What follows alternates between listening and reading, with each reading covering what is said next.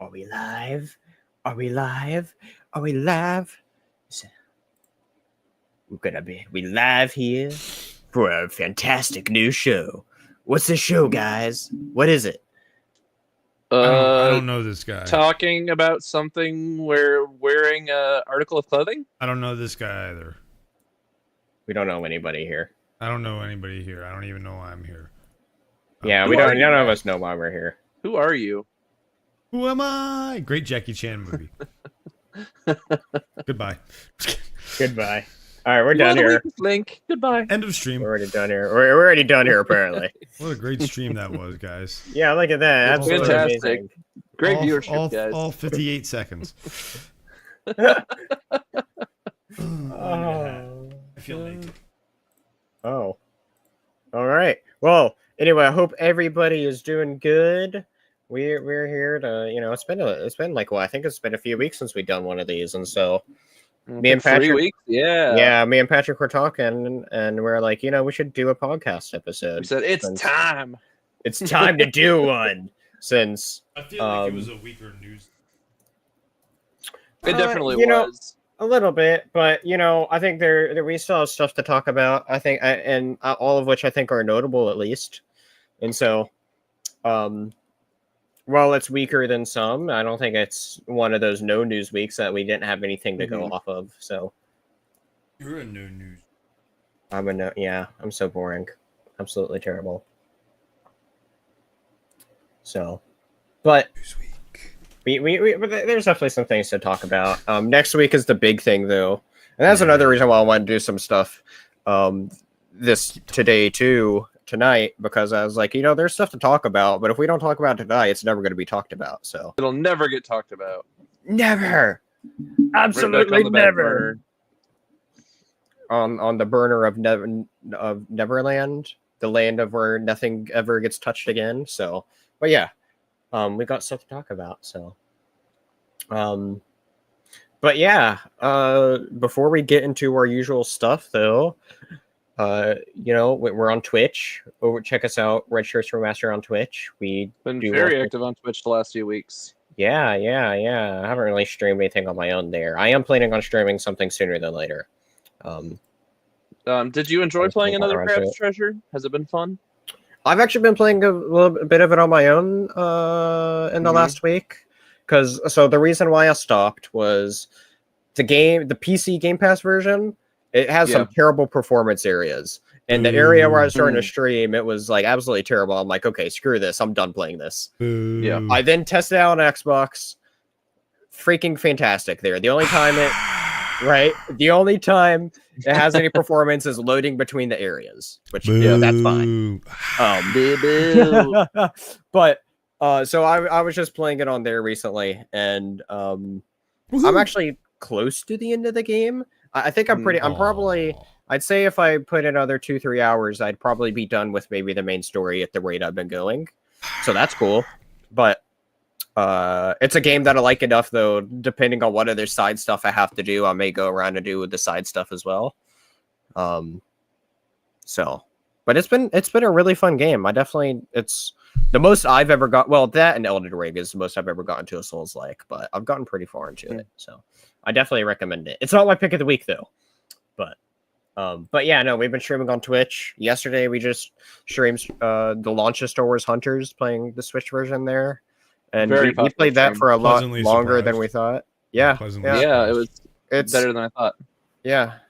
I think we can all agree on that. And wow, it just started raining hard here. Oh yeah, anyway. I meant to tell you, I was sending some rain your way from this afternoon. So god damn it, Patrick! You see, Patrick just stepped outside. He's like, "Which way is Spencer from me?" Oh, right. Yeah, he then turned his back. He's like, goes that way. He then turns the other way, lets out a big fart, and then now the wind's carried it down here. Thank you, propulsion. You guys probably got it from me. Yeah. Chris passed the wind to me, and I passed the wind to Spencer. God damn it! All right, that's normally how it goes. Smells like how it goes in the Midwest. Does it smell like Patrick farts? Give a quick sniff. Well, that explains something there. It's not just cow shit. It's not just cow shit. Oh wow! So that's what they meant by global warming. Damn methane gases. Oh my Methane for the win. god! That's so funny. But yeah, How's no, everybody doing tonight? You guys doing good? we're good. We've been great. We've been quite dandy. So, Chris, yeah. what you munching on? What's the sponsored food of the night? Sponsored food. Raisins? Raisins. All right, raisins. We have Sponsored by raisins. raisins tonight. All right. Well. But yeah, no. Going back to Star Wars Hunters for a moment, we all had a pleasantly surprise. We were all pleasantly surprised by it. Had a good time with it. Mhm. So our replay's been killing it, as Patrick has pointed out, getting us We're a lot almost of up to views. Every day on 90 Twitch. views in just over 24 hours. Yeah, so good to see us gaining some traction over there with that. So, but yeah, no, we just want to bring up that we played Star Wars Hunters. We liked it, and there it is right there, Hunters. So, but we'll just get right into talking about our different picks of the week, as that's how we begin off. Whatever sort of just stuck out to us in the last week. What is there that we can talk and recommend, right? So for me, I'm selfish. I'm going first. No, it's just that we're making you go first. We're making you. I mean, I see how it is. I like to think of it the other way around, but it's fine. Anyway, my pick of the week is a game that actually launched 8 days ago. That is called Multiverses. It is a game. If you know what Smash Bros is, it's Smash Bros, but with Warner Bros. Characters. So you have like characters from Adventure Time. Nickelodeon All-Star Brawl. Sorry. Oh my gosh, that first game was rough. I haven't played the second one yet. But yeah, it has Warner Bros. Characters. You have like some Looney Tunes characters. You got some DC characters. There's a couple Gremlins characters in that. You got There's a banana with Rick and Morty. boobs. Banana with boobs. It's true. There's a banana with boobs in it. And they don't look very good. No, they don't. Absolutely, Like, it wasn't terrible. drawn well. Apparently, though, that's how it's in Adventure Time. Which makes me wonder, what are we showing the children? The drug-fueled ravings of animators. Yes. But we've always been doing that. Scooby-Doo! That's been going on since Scooby-Doo. Yeah, like, have you ever wondered, The like, Smurfs? Shaggy and Snort? Scooby? Oh my gosh. Smurfs, yes. The Oh my Snorks. gosh. We've had a wild conversation about Snort. Smurfs before. Mhm. You remember that? We remember that whole Smurfs thing, Patrick, that we did? I do remember Oh my gosh. that was wild. We're not gonna get into that tonight. No, but we No could hear for an smurfing hour. tonight, damn it. but yeah, no. Multiverses have been awesome though. Its progression makes you want to log in every day. So I've been keeping up with it every day since it's come out. Much like a previous pick of the week that you had, Chris, was Disney Speedstorm. And you talked about how you kind of like incorporate it into your daily routine, trying to play every day. Because that's just something you've really been into for a bit there. And I know you still do play it semi-regularly, right? No. No, not as much. No. But anyway, this is that game has become now what Disney Speedstorm was to Chris when that came out, with him wanting to play regularly. I've been playing a little bit every day, and it's been a lot of fun. And I honestly think it's, as one of our viewers, Mr. Retro, dubbed it as a Smash Bros. Clone, I would say it is the best of those titled Smash Bros. Clones of what I've played, because I've played a few others, and I think this one's by far the best one so far. Mm-hmm. So, other than obviously, nothing's topping Smash Bros. But of the clones, That's of hard. the clones, That's of really the hard. clones. So what? Of the clones. Third would then be Brawlhalla, and fourth would be the Nickelodeon. Ooh, Brawl. I don't know what third would be. Because who else? What else is there? There was an Nice. indie one called Brawl Out. I didn't like that. Rivals of Aether, which was on Game Pass for a bit. I think I tried it. That was okay, actually. That was fine. Maybe that Brawlhalla or Rivals of Aether would be third. Brawlhalla does some good licensing crossover stuff. Yeah, it's not bad. It's not. For a I free-to-play. necessarily got into its overall just feel of the gameplay compared to it. So that one's not bad. I just never got into it myself. Yeah. So, but yeah. All right, Chris, what's your pick of the week? So we've been playing a lot of Fortnite, and No way. No way, Jose. And the new season's pretty cool because it's like Twisted Metal meets Fortnite. I'd say Mad Max, but that Meets works Mad too. Max, yeah. Meets Mad Max, and actually meets Fallout because there's gonna be power armor that you power armor unlock, and it's great because people like Ninja are whining, and it's fantastic. It's great because people either love or hate the season, and it depends on. I find it for the most part, it depends if either you're a competitive player or a casual player.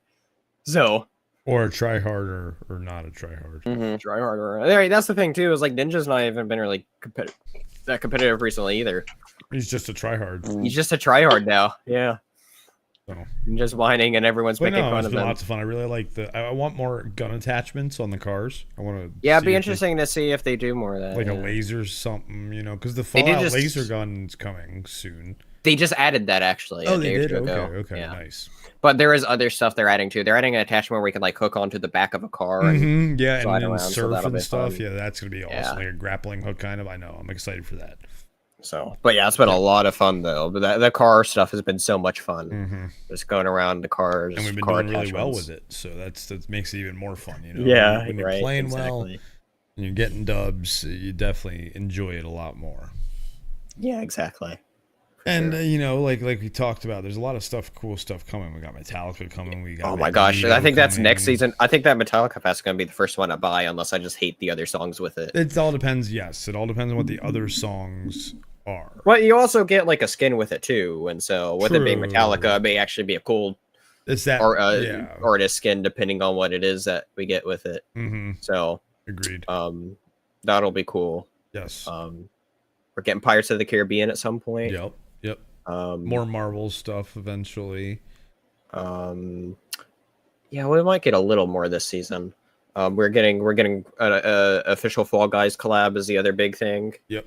So that'll be cool. They announced run as your little bean. Yeah, you turn. What I've heard is that it's going to be like a thing where you go find something on the main Battle Royale island. You go onto it, like a little like portal thing, it'll take you to like a little course. You do the little course thing in the middle of Battle Royale. Like this minute-long thing or whatever it is. And then after that, you get like something from it. I don't remember what it is, but that's what I've heard of how it's going to be at least incorporated in Battle Royale for a little bit. I feel like skin. What if you unlock something in? Well, in I feel like a Fall skin Guys for too, that would be like just the head is the bean. Your head is the bean. So yeah. So what I've heard too, related with skins, is that some of the like Fortnite characters are gonna have Fall Guys bean variations for you to be. Oh, that's cool. So we'll see. So not just Lego variants. Yeah, you'll soon get bean variants. Beans. Well, that way, they can do more of because that's their own collab. It's not, they don't have to worry about lag. And some of them are shared. Some of them are shared. Well, there's a few shared characters, not a lot. So like all the Ninja Turtles maybe I'll get all those Ninja Turtles I had for sale. Maybe we'll get those. Yeah. I'm curious. I am curious of how that works because I have the Han Solo skin in Fortnite. But the Disney stuff should get bean variants, I would imagine, because they have that Disney deal right now. With all the Star Wars. Yeah, they've been really good about all the Legos stuff too with that too, which has helped. So you'll get Star Wars beans, you'll get Marvel beans. That'll be funny. Magneto bean. Well, we'll see what happens there, but it's a lot of fun stuff to look forward to this season. So filled with lots of cool stuff, so I think it'll be one that'll be remembered well. It's been a fun start. Need to play some more of it. So, but bring on the beans. Bring on the beans. That gas doesn't push those clouds by themselves. Wow. Anyway, what's your pick of the week, Patrick? So I actually, this is actually something I started kind of inspired by what Chris was doing. So Chris actually about, I think 3-4 weeks ago, you started the afternoon backlog, Chris, with the baseball and Spider-Man, that stuff. So that kind of inspired me. I said, you know what? I want to start my own backlog stream. So I started a little fun stream. What did I call it? Backlog Voyages. Well, and that's inspired from Spencer's and my brainstorming session when we came up with a name. And the first Backlog Voyages was actually a VR one. It was VR was it really? Voyages, and it was VR Voyages. So it's kind of inspired by both of yours. It was what was that game, Spencer? Hell Sweeper. Hellsweeper. Thank you, Hellsweeper 2. Or Hellsweeper or whatever it was. So yeah, I decided to do a spinoff called Backlog Voyages. We've done 2 episodes so far, and I decided I hadn't touched a game in a while I really wanted to go back into, and that was Fable Anniversary from the original Xbox. And it got up-res during the 360, is the 360 era. version. Yeah. Yes. So that's been a lot of fun playing that, and everybody popping in and watching me play that, because as you guys know, I don't play a lot of RPGs. It's generally not my style of gaming. So to kind of go back and try something like that and have fun with that, and It's a different kind of get into the it's different. Yeah. It's not, Lionhead did something completely different that was separate for sure. Well, it's that's been a lot of fun. Is what it is. It's an action RPG, yeah. But it's been fun seeing some of the choices I've been making, some of the things I've been doing. My favorite thing is there's a side quest you do where you donate books to a school teacher. Mm-hmm. And there's like this one book called How to Make Friends.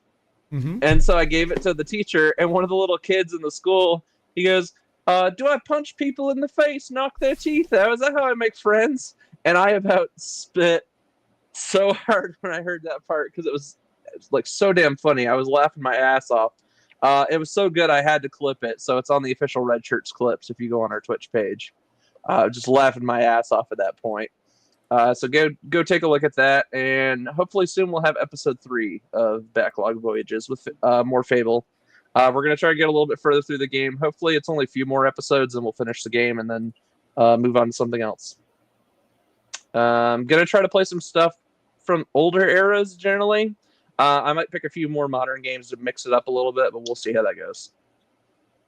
Hey, as long as you're in like a consistent groove of trying to play, that's Mm-hmm. at least something in your backlog that's good. On or off stream doesn't matter, Mm-hmm. So, because I'll say I have been playing something off stream, and that's been fun. So,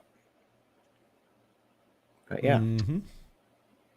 But yeah, if you guys are just watching this now or on the replay, definitely come on over and check out Backlog Voyages, and also go check out the Afternoon Backlog with Chris's streams from a few weeks ago. Go check those out. Those are great as well. Yep. Exactly. Absolutely. Alrighty, that is all of our picks of the week. Woohoo! Let's get right on into our main topics here.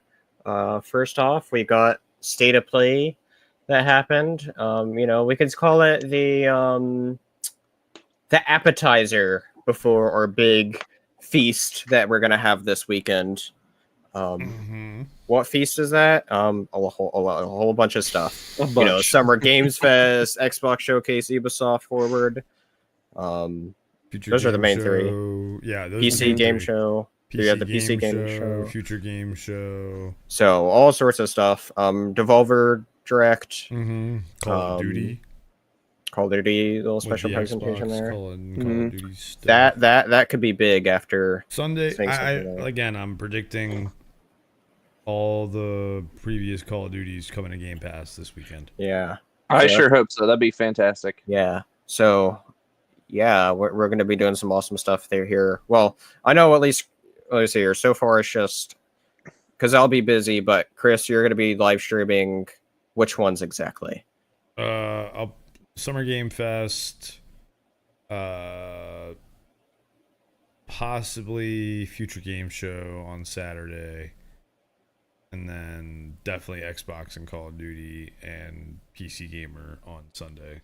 All 3 in a row. And then, are we doing Ubi yet? Have we decided? That's on Monday. Monday. Maybe. What time is Monday? It's the afternoon. It's like 1 p.m. your time, or 1 or 2 p.m. your time. Mm-hmm. And the rumor we're hearing is Nintendo will be doing their Direct on Tuesday, but that's tentative. That could change. Because they never tell anything till the last minute. They never reveal their hand. It looks like it's hold on. It's at 3 p.m. my time. Oh, weird. So noon Pacific. Yep. All right. Anyway, but yes. Yeah, so we're going to be covering that and then have a big episode doing a big recap with all of us, or most of us. So keep an eye out for that. But as I said, though, we have a little bit of an appetizer that we got this week. That came out, was it Tuesday? Or not Tuesday, Monday, Thursday, whatever, however long ago. You're right, it was longer than that, right? Thursday. We got the State of Play from PlayStation. Their wannabe Nintendo Directs that are not Nintendo Directs. So that's what they are. They're trying their hardest, but they're trying. Yeah, they didn't try very hard this time. They did not try very hard, which is very, very crazy for a summer event. Yeah, unless they're trying to save more for the fall season to get ready for Christmas, like their bigger games. Problem is the beginning of this year they announced that no major games are coming this year. I'd argue one of these games is major. So. Well, you got to also consider this is the midlife for the Xbox and the PlayStation right now. So generally, this is that weird slowdown period of the generation. Well, but for Xbox, though, Xbox is speeding things up, though. That's the thing. Well, Xbox, are they though? They are. We'll see. We'll see after this Sunday. I think they are. Because if they fumble this presentation, they 30 got games in 2 hours is what I've heard. But are they good games? That's the big question. The only one I've heard that we won't hear much about is Contraband because it's been delayed. That makes sense.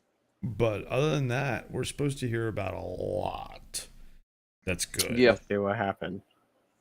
We'll see.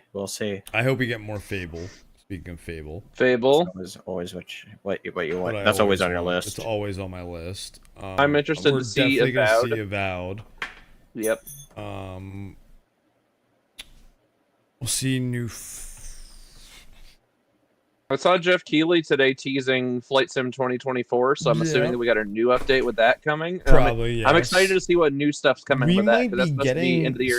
I think we're getting a date for that as well this weekend. Probably going to get a date for that this weekend. My guess is going to be like September. September, October-ish. Yeah. Or it might go maybe as far November. back as November if they have to do pushbacks, which with a game like that, expect delays. It's potential. It is what it is. Supposed shadow drop as well happening Sunday.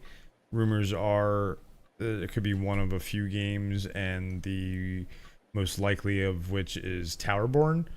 On that list, Flight Sim 2024 was on that list, but that's highly unlikely they're going to shadow drop. That's too early. Yeah, it's way too early.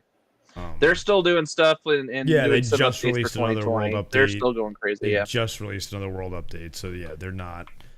Definitely not. So they're in no hurry, but I think this is one of the last. Fun. I want to say this is one of the last world updates. It's got to be. It's got to be. I mean, they'll do like little tweaks and bug fixes and stuff like that, but they're not going to do much past that. And everything. Then the whole team will move over to 24s on launch. And then most of the stuff they're going to take is going to be transferable over to the new sim anyway, so it's not like makes sense. They have to start from scratch. There's some significant improvements with the new one. Nothing crazy big, but big enough that it's like the weather stuff is really cool with this next one. I like what they're doing with the weather stuff. The weather stuff is the missions are updated. There might even be a whole career aspect behind this new one. It's going to be kind of cool. Like multiplayer career aspect to it. And I hope they add voice chat in some capacity into the simulator, because that's something 2020 lacked. And shared cockpits. Shared cockpits. We have been waiting for shared cockpits. 2020 fucking 4. Where the fuck are shared cockpits? Chris, how many times have we sat there and talked about how great it would be to fly an ornithopter together? Not even that. Just any regular plane. Any plane. Just shared cockpits. I just want to get on with my buddy and do some wild, crazy shit. Yeah. Or fly an airliner together. Why can't I get in a fighter jet with my buddy and he can control the missiles? Oh wait, damn it, wrong kind of game. Wrong game. That's DCS World. That's DCS World. which I would love to try and get into, but that is so That's a complicated. steep learning curve. Yeah. You thought flight sim was steep. Yeah. Oh my god. But You have to build a cockpit in your house just to get that. Hell yeah. So Uh, yeah, so the Xbox event I think is gonna be and Call of Duty are gonna be the highlights of the weekend. I think that's very possible. Summer Game Fest. I'm may interested give to us hear. something. Yeah, Summer Game Fest. I know Jeff Keighley said don't expect anything huge this No, week. He said don't expect. So I think he's going to focus more on some B and C titles plus It's a lot of mainly- indies. Mainly announced titles is what he Yeah. said. Yeah, they're There'll be announcing a titles. couple. There'll be a few, he said, but not a whole lot. Yeah, so I'm wondering if they're going to do like a lot of those like developer teaser trailers they like to do to kind of like hype up a game and that they can hire at studios for certain Oh, titles. sure they will. They always. So we'll get throw some those probably in a there. lot of CG trailers, I'm assuming, which that's fine. But yeah, I think Xbox is gonna own the weekend. I think that's what their plan is with this whole Call of Duty thing. Anyway, Call of Duty is going to win the weekend. They did the right thing by announcing that the new Call of Duty is coming to Game Pass before the event because one, it gets everyone That's hyped smart. for the event, and two, it gets everyone like myself speculating now. Okay, they've already announced that the newest Call of Duty is coming day one to Game Pass. The best way to hype everybody up for that would be to, on the day of the event, launch all the other Call of Duties on Game Pass and give people those, 5 months to get hyped for the new one. That'd be, I think, a good strategy. So, And we'll see the what stuff I've been happens. seeing online, it's giving off very much a 90s vibe for this next game. I'm really excited to see what they do with that. Black Ops 6. Yeah. Which I still don't understand because isn't there like weird inconsistencies with the whole Black Ops thing? Well, there was Black Ops 4. Yeah. Black Ops 5 was Cold War. Cold War, yeah. And it didn't have a number attached to it. So Yeah, it was this just- one's probably not going to have probably not going to have a number attached to it. Yeah, It's that probably feel gonna have a weird, title. especially. Yeah. They're it's a placeholder. It's a placeholder, absolutely. They're just we know it's the 6th Black Ops in the in the series. They're not rebooting it like they did Modern Warfare yet. Like the 5 placeholders of Agatha. Jesus Christ. Let's not talk about that. How many Agatha titles can we get, Spencer? It was their, it was their marketing scheme all along. It was. All along. And that's why I love the series. That series title there, Agatha all along. So I like the marketing there actually quite a bit. How the show itself will be, I don't know. That's the word. We'll see. That's absolutely the word. That's the show I'm honestly least interested in out of the next 3 shows that we're getting that we know is on the horizon. Yes. So, but yeah, Anyway, Chris, is there anything from PC Gaming Show you're really looking forward to? Not that I Oh. know of. I saw one for I think it's PC Gaming Show. I'm really looking forward to. If it's not PC Game Show, it's Future Game Show. It's one of the two, but I want to say PC. I could be wrong, but I know it's one of the two. But it's what is that called? It's the new game from the Dead Cells developer. Like that one looks cool. Windblown or whatever it's called. Yeah, the one the And so- top down-ish like multiplayer roguelite. Yeah, that looks cool. I'm excited. I want that. That's I want cool. that day one. So with those events, I like going in blind. I only saw that because I'm following them because Yeah. I love Dead Cells and so. But seeing that there and one of those two, it's like okay, I'm gonna have to check out that thing. Those two events are really great for learning about new devs and new IPs that you never would have known about unless you watched those two shows. And so I highly recommend, if you have free time on Saturday, watch the Futures, and on Sunday watch PC Gamer, because there's games on there. If you have PC, especially if you're a PC gamer, you'll get there would be some gems in those shows for you, for sure. Yeah. Futures will definitely have some gems for console as well, but PC gamer, Yeah, PC mainly. will be PC mainly. Granted, a lot of those games will be coming to console as well, but it's kind of in the title of the show, guys. Title, exactly. Yeah, kind of, sort of. Just kind of, you know, kind of like, you know, the Xbox showcase is kind of for Xbox games. I know that's wild. And Bethesda. Well, yeah, but those are Xbox games. Yes, they are. For now, but they love putting that and Bethesda. So we'll get in the more. title. You know what we're gonna see more of, because obviously it's launching this fall, is Indiana Jones. Yeah. Oh, no doubt. It's about time. About time to see some gameplay.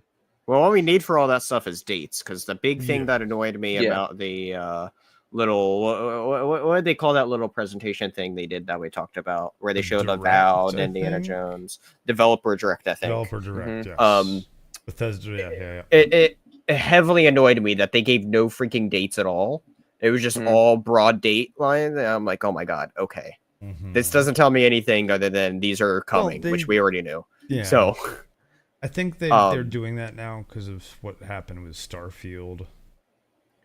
They have a date for it initially, and they gave it to us, and then they changed it, and people got mad. Well, yeah. I understand that. They're not as big on dates anymore with stuff until they're like locked in, for sure. The scene has changed. No one likes dating anymore.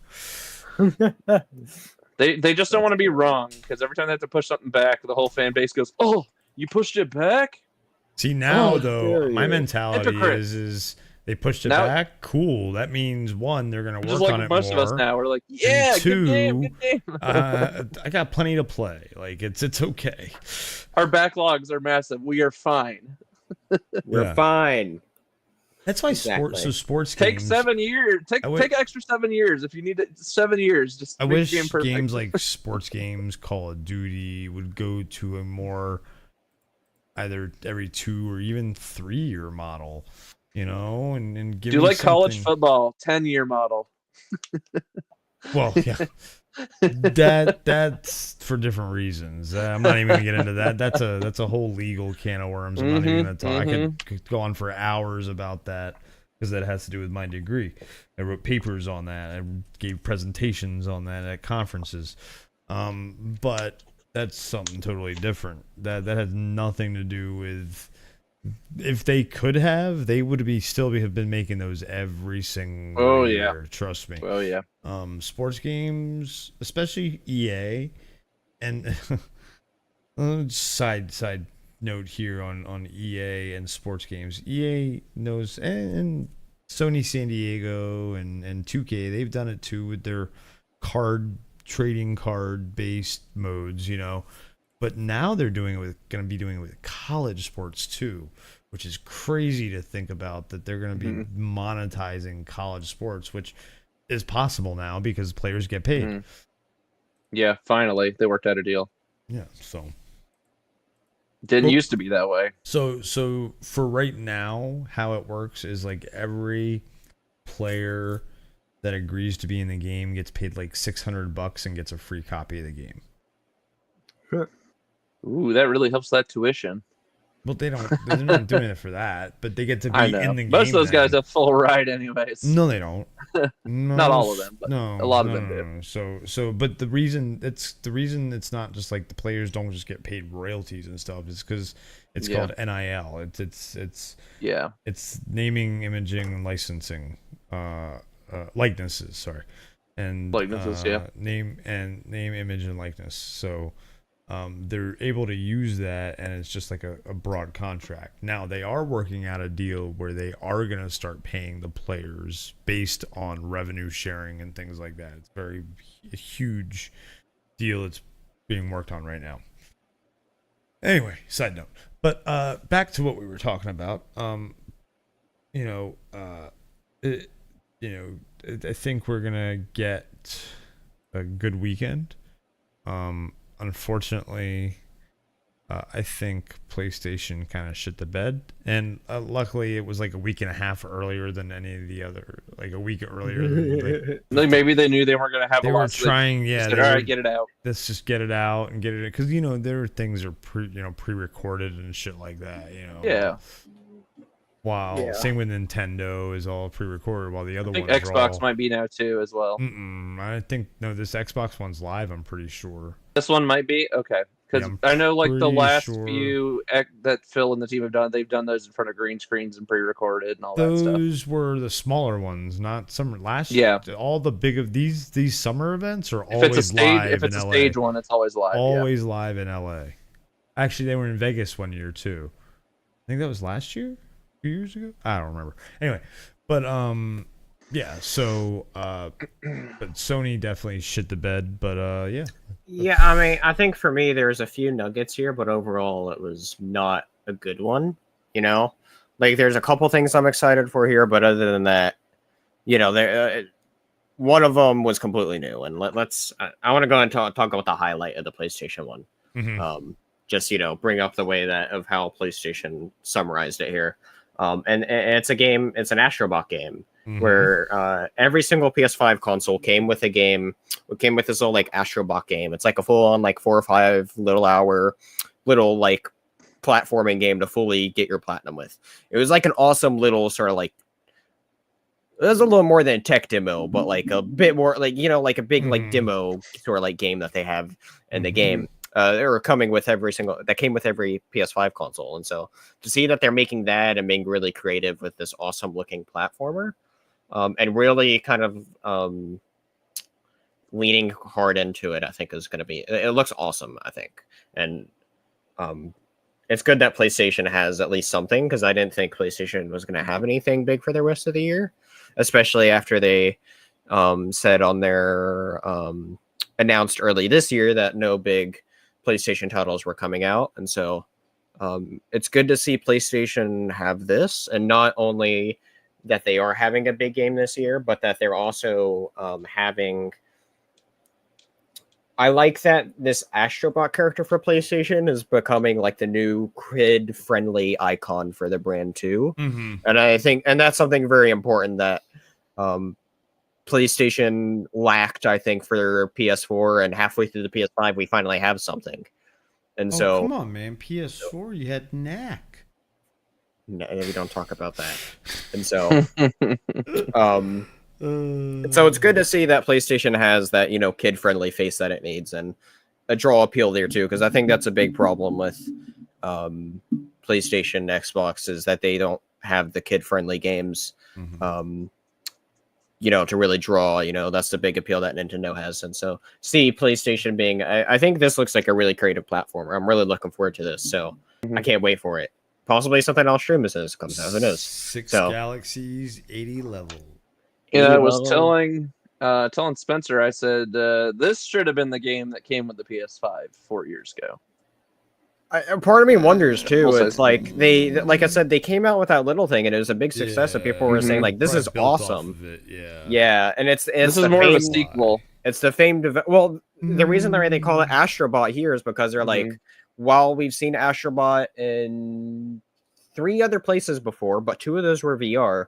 They're just calling it Astrobot here because this is like, well, this can be the fresh start. Nobody needs to play any of the other Astrobot stuff. 2, right. Astrobot 3, so this is going to be like their big start for really opening up the Astrobot franchise, potentially, depending on how this does. And I think, this game looks great. I really hope it succeeds on so that we can get more, because I think it'd be great for the brand to have the new kid-friendly face to sort of attach to it. And I think it could be really easy too, of like, you could kind of have this Astrobot character just around in the brand for general, to kind of be like an icon, a generalized PlayStation icon to have around with everything, sort of like how Minions is attached to like everything Illumination does, So I love the DualShock ship and the console ships. It's just so creative to where, if you look, there's the Move controller back there, right?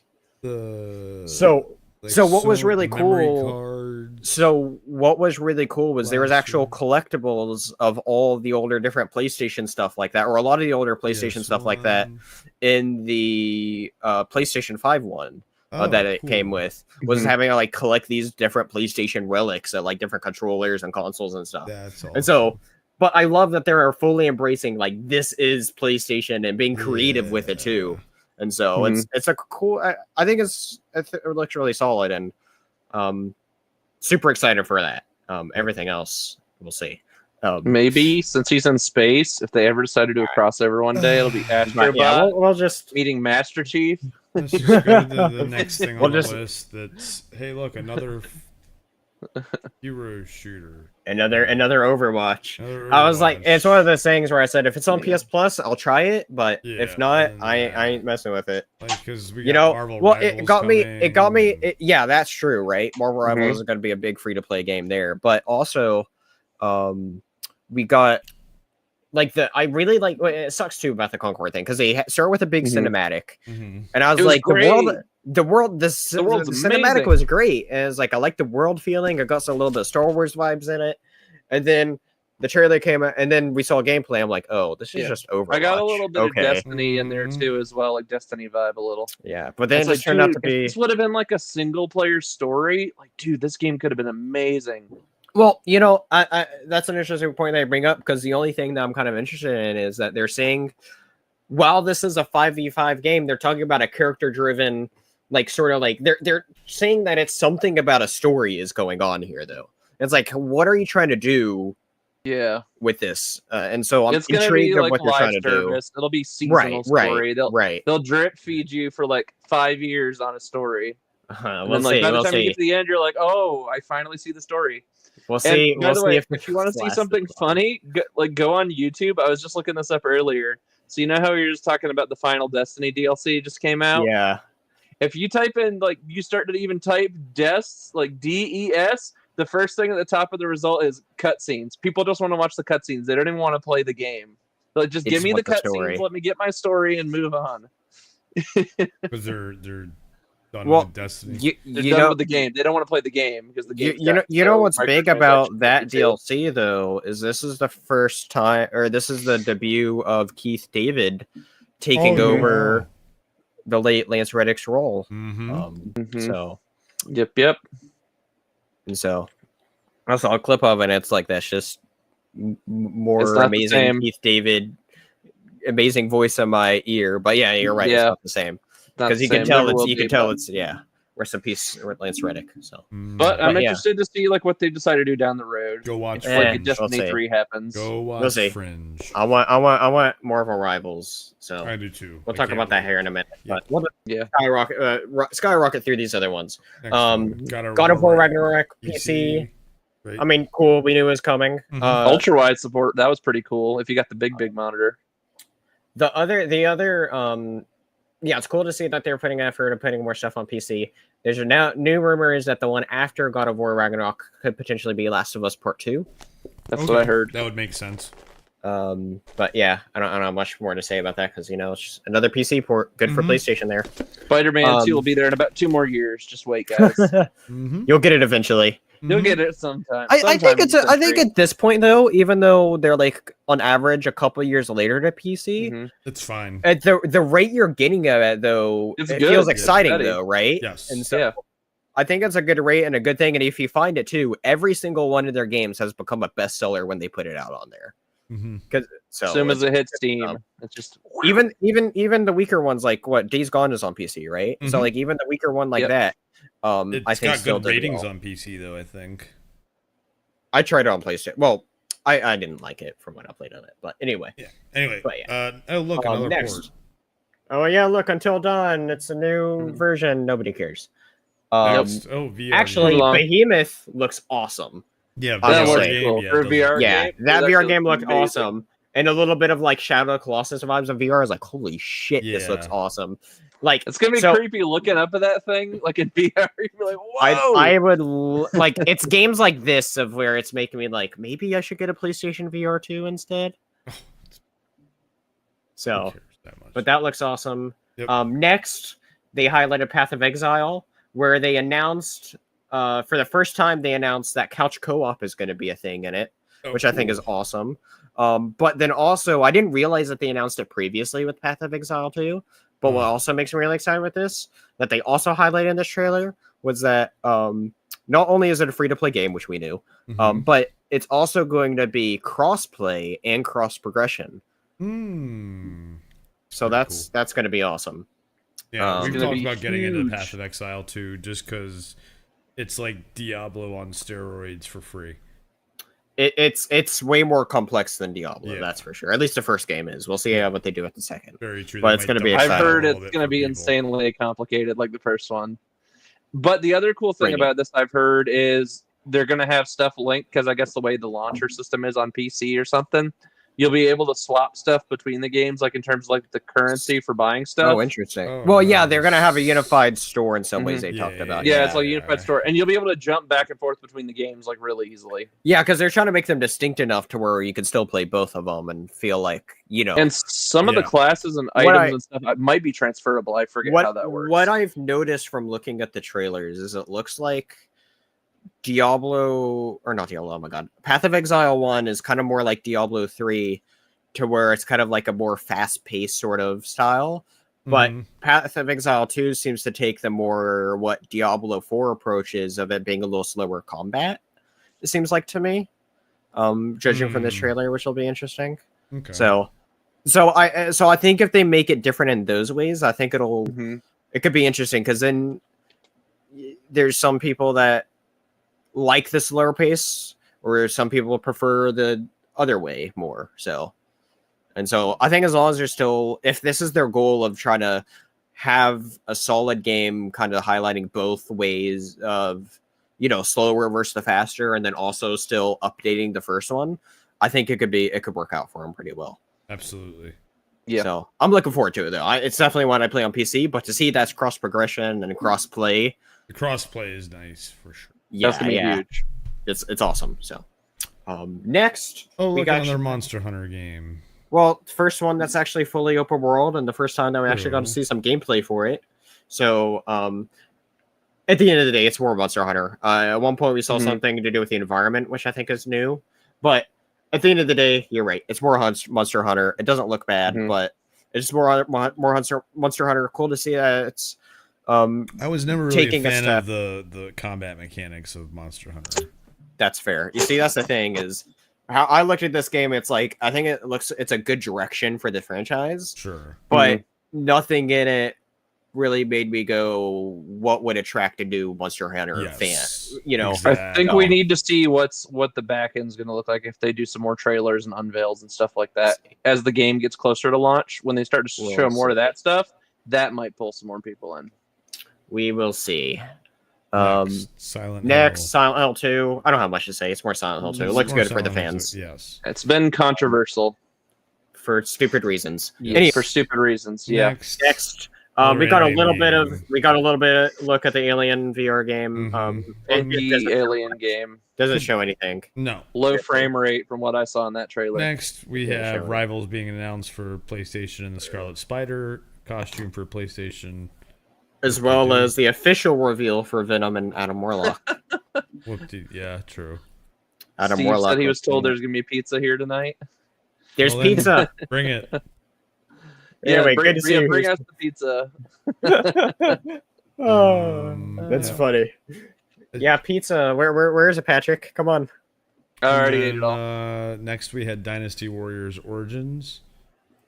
That actually, I'm a little intrigued by. I'd Looks get it on cool. like a really cheap sale, but you know, It's another Warriors game. Oh, also, yeah, go back to Marvel Rivals. They did announce that in July there's going to be a full Console closed beta as well. full closed beta, so it'll be console and PC.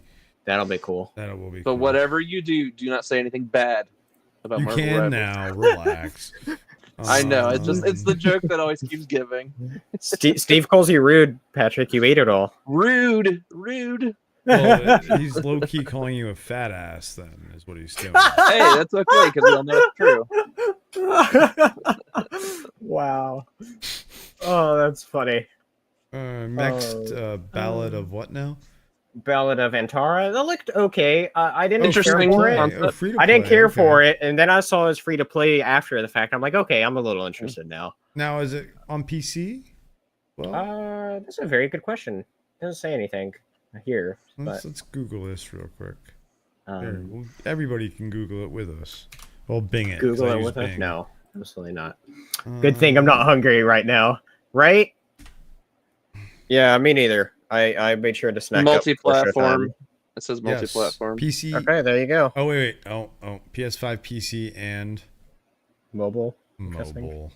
It's a It's on interesting. mobile? It's Genshin Oh. Impact. It's Genshin. That makes Impact. sense. That makes It's what sense. it is. It's That like makes a sense. Genshin Impact game. Microtransactions. That's a very Probably. interesting. That's This a very next interesting one. console pool. Yeah. Steve saying he ate after Rebel Rock Radio, where they were just talking about the Acolyte, the first 2 episodes that came out. So go check that out. They had a good in-depth discussion there, Shit, Steve. talking about all sorts of stuff there. Just don't bring up involving the All-Star Acolyte. Superman. You're right.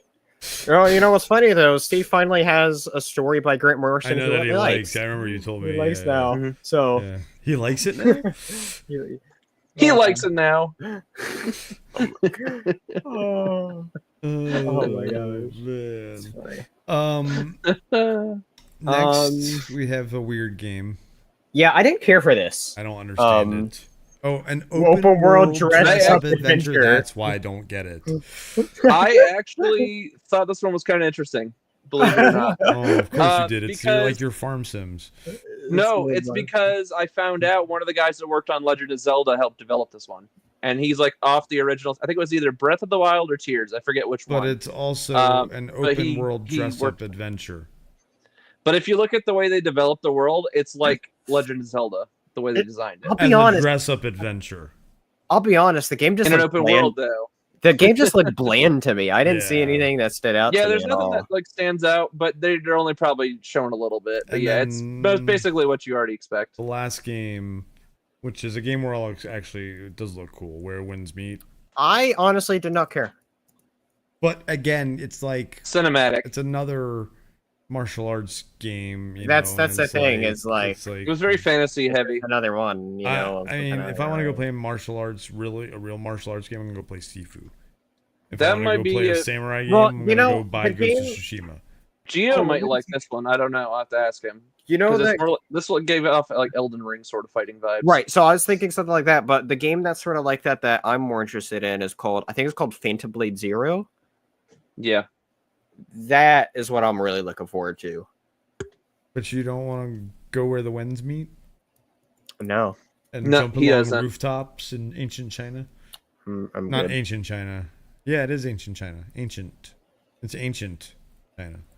What's Ancient Eastern What's Asia. ancient now? It's ancient now. Like 'cause, Anything that's- oldies. Anything longer than 10 Oldies are minutes now ago like is ancient. oldies music wise is music It's from the 2000s. the 2000s and 90s. For this kid, it's 2000s. It's 2000s and 90s is oldies now, and it's like so. what's Spencer will hear a ancient Backstreet China? Boys song. He'll be like, "Oh, that's ancient music." It's Wow. ancient music. I don't think I call that ancient, but yeah. Okay, boomer. okay, Okay, boomer. Yeah, where the boomers Wow. now, Chris? I've been a boomer, man.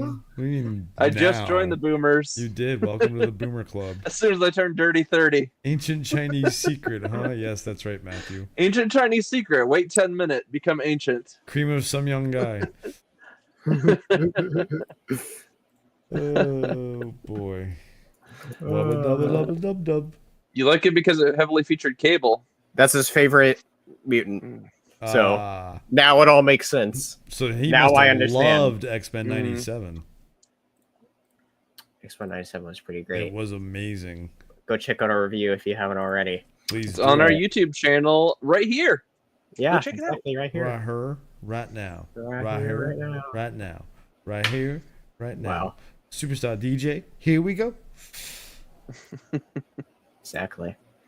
We'll add that to the description here in just a moment. But Right here, right now. anyway, let's talk about what's next. You know, right here, right now, of our stuff to talk about. Right here, right now. I forgot what's on the list. Oh, next, Hey, you guys Hosea, what's up? What what's up, Hey, Hosea? Hosea. Good to see you here. Wait, evening. Isn't evening. it morning for you? Well, I guess he's talking about for Good us day, mate. before night. It's almost midnight for me and Patrick. So Yeah, Midnight it's 11 Suns. for We're a me, bunch of but midnight for suns you, over it's- here. For him, it's like, hey, Nicole and we have showed up. we have a too. Nicole. Good to see you. Nicole! Everyone's rolling up in here. Good to see you all here. Nicole was hosting her On the Fives earlier today. Excellent. having a I was about to tune in, and then literally they were signing off the moment I entered. I was like, damn it, I'm late. It's one of those that happens to everybody. One of those, right? Happens to everybody. Yeah. So don't feed Spencer after midnight. He's a gremlin. Don't feed the dingus after midnight. He's a gremlin, all right. What can I say? You don't want to know what happens. Timothy Shala gremlin. Wow. Lies of gremlin. Yeah. Lies of gremlin P. Oh my gosh. Lies of G, that's what it is. Lies of G. Lies of Geo. All right. Well, speaking of Geo, we are missing our Geo tonight. Yes. He forgot to Hopefully press enter. he'll be back next pod. Geo forgot to press enter, so that's why he's not here. Yeah. It's all good. All good. All good. But anyway, we didn't know we had to talk him into coming, so. Anyway, we have a couple trailers to talk about. Yeah, have a couple. On this trailer, I mean, yeah, I watched it, but like it's not like oh my god for me. So go ahead, rant and rave. What for Alien Romulus? For Alien oh my gosh, you're Romulus, crazy! Because I'm way more excited for that than Venom 3, which is what we're talking about. Yeah, see, for me, I'm more of a Venom guy than an Alien guy, so you know. I love both of them, but anyway. Why don't you marry him? Alien. All right, come on, bring it. Where's my xenomorph to marry? Come on. Yes, we gotta get I'll marry the xenomorph queen with a shawl, a veil, and everything. Hold on, I feel like there's an image on the internet. I've seen that before. But anyway, yeah, Alien Romulus looks great. So it's set between Alien and Aliens. But what I also really like about it is that it seems like it's trying to combine the feels of the horror of Alien and the action of Aliens. And I felt like it really came together in this trailer. I was watching it, I was like, holy crap, I can't wait for this. It looks so good. I think the visuals of it looks fantastic. It has a great spooky sci-fi vibe to it. And I think it just looks great. And so I'm really looking forward to it. I'm always down for more Alien. So it looks so good. I can't wait for it. Did you find it? I don't know. I'm not gonna say it was Aliens, but it was Aliens. Oh Jesus Christ! Steve has a question about Linktree, and Nicole says she wanted to pop in and say hello and hit the like button. We really appreciate it. Thank you for that like button. Be sure to click that like button if you haven't already. I think it helps. Something, but it's not like YouTube something algorithm. Something algorithm. Don't forget to share our channel and click that subscribe share it on Discord, button. share it on social. Whatever. Join our Discord community if you haven't joined our Discord already, guys. We're always sharing stuff in there 24/7. Don't. Oh well, whatever. I mean, we're always live on the Twitch, so go mostly see us on the Twitch, but sometimes her. Like all weekend when I do the gaming event stuff, it's gonna be her. Yeah, we're gonna be right here on YouTube. For her. To quickly answer Steve's question, though, I don't think there's one. I don't. Because aren't they just kind of the same thing? It's just kind of like basically do the same thing. Yeah. It just combines all your links in one place. Yeah. Tree. Yeah. it's our tree of links. Anyway, our tree of life. But anyway, it's the circle of life. But yeah, Alien Romulus looks awesome. Can't wait for it. Steve says he's looking forward to it as well. So at least somebody else here has good taste. Anyway, onwards we have Venom 3. What is the name of that again? Last Dance. The Last Dance. The Last Dance. Fully Adieu. Dance with Mary Jane. So it's interesting. I kind of don't know how to feel about parts of it, but because you're changing certain parts of it. I know. And so, but anyway, there's something interesting I want to highlight here. So, where do you want me to go? Although this part was hilarious. Yes, that part was great. I mean, at the beginning of it, we kind of just see like Venom getting into some more shenanigans with whatever people, Mm-hmm. So I'm not quite sure how that. They were saving dogs. He was saving dogs. It was awesome. I did like that scene a lot, though. You know, the having their banter between each other. You know, it's more comedic than it is in the comics, but it's fun in the movie. We are Venom. There we go. Right. So, I do enjoy the comedic part of it. You know, even though it's different for the movies, I've enjoyed that between them watching it. Is but this the part you want to highlight? The retconning of an after credit scene. That I don't know what to think about, because I honestly don't know what to think about this. That's not necessarily what I just want to. But that I honestly don't know what to think of it there, because it makes it seem like could be a retcon, but at the same time, I just feel like it's just set in their universe, because different universe, universe.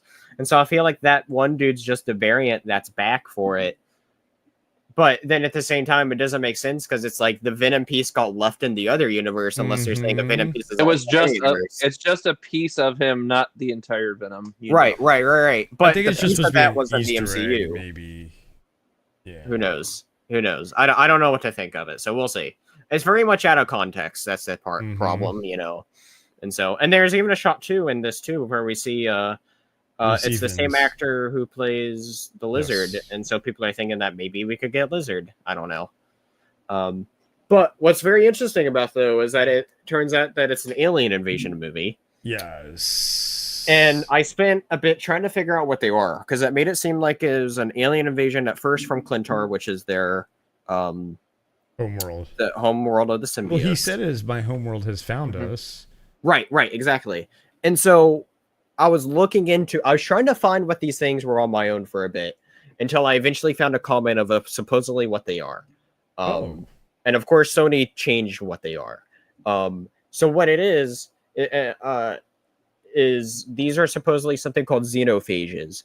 They have only ever appeared in a 3-issue Venom series in the 90s, like 1996, called Venom the Hunted. And all it is that it's a alien species that is known for hunting down and killing symbiotes. Oh, interesting.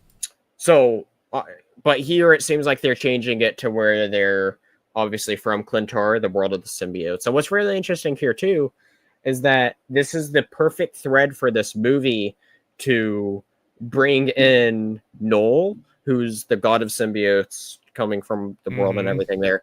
You know, he's one of the biggest comic villains to come from recent years. And I find it interesting that they could be setting up something here with that. You know, not saying that I think Sony has a plan, but it's like they very well could set that character up in this. But then this is the final Venom movie of this trilogy. They've been saying that this is the last movie of this trilogy, and they're like making it clear, you know, and it's literally in the title there, you know, the last dance or whatever. And so it's like I don't kind of understand what. Well, maybe they're gonna bring him into some sort of Spider-Man project. I think they're going to do something with that for whether it's Spider-Man 4 or Spider-Man 5. And you got to consider this would also now take things potentially into space with Sony, which they generally don't do all that often on the Sony side of the Marvel stuff. So I'm wondering if they'll eventually set this up to tie in later down the line in some way with, what's that big crossover they're getting ready to do for the MCU? No, for the MCU. Secret Wars, and then the Battle World storyline.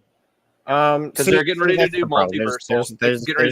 No, they're always also saying that these movies are standalone, do not exist in the MCU. Right. Blah blah blah blah blah. But then Sony always doubles back around. They're like, okay, now we're including. No, they don't. Not it's separate, but it's tied. No, but no. Spider-Man movies are, yes, but these other ones are not. Venom, they're in Morbius, a different universe. They're not connected at all. So that's the thing about the multiverse, though, is they can decide what to pick and choose to tie. No. You're right, Patrick. Sure. Steve made it. I need to correct Steve's comment here, and he's absolutely right about it. After the correction of saying this is the same company that allowed Morbius to happen. Correct that to Madam Web. You're absolutely right. You know, they definitely don't have a plan. They don't know what they're doing. We've known that though. It is Morbin time though. Craven's coming in December, you know. Oh God, like, you're dreading that, aren't you? it's so bad. After the last it's two, so bad. It's so bad. All right. Anyway, that was Venom. Oh, it seems like we could also get the symbiote toxin in this too. Is what it seems is. If you actually do closed captions in one scene, I don't remember where. Right here. Yep. It is. Saying toxin there. Already up. And then I think someone also is also speculating that maybe we could get. Is Scream the name of the lady symbiote? Shriek. We got her already though. No. Shriek. No. Shriek isn't the symbiote. Shriek was the chick that could just scream. That's right. Hold on, I'm looking at it. Her name is like Scream or something like that. What is the person I'm thinking of?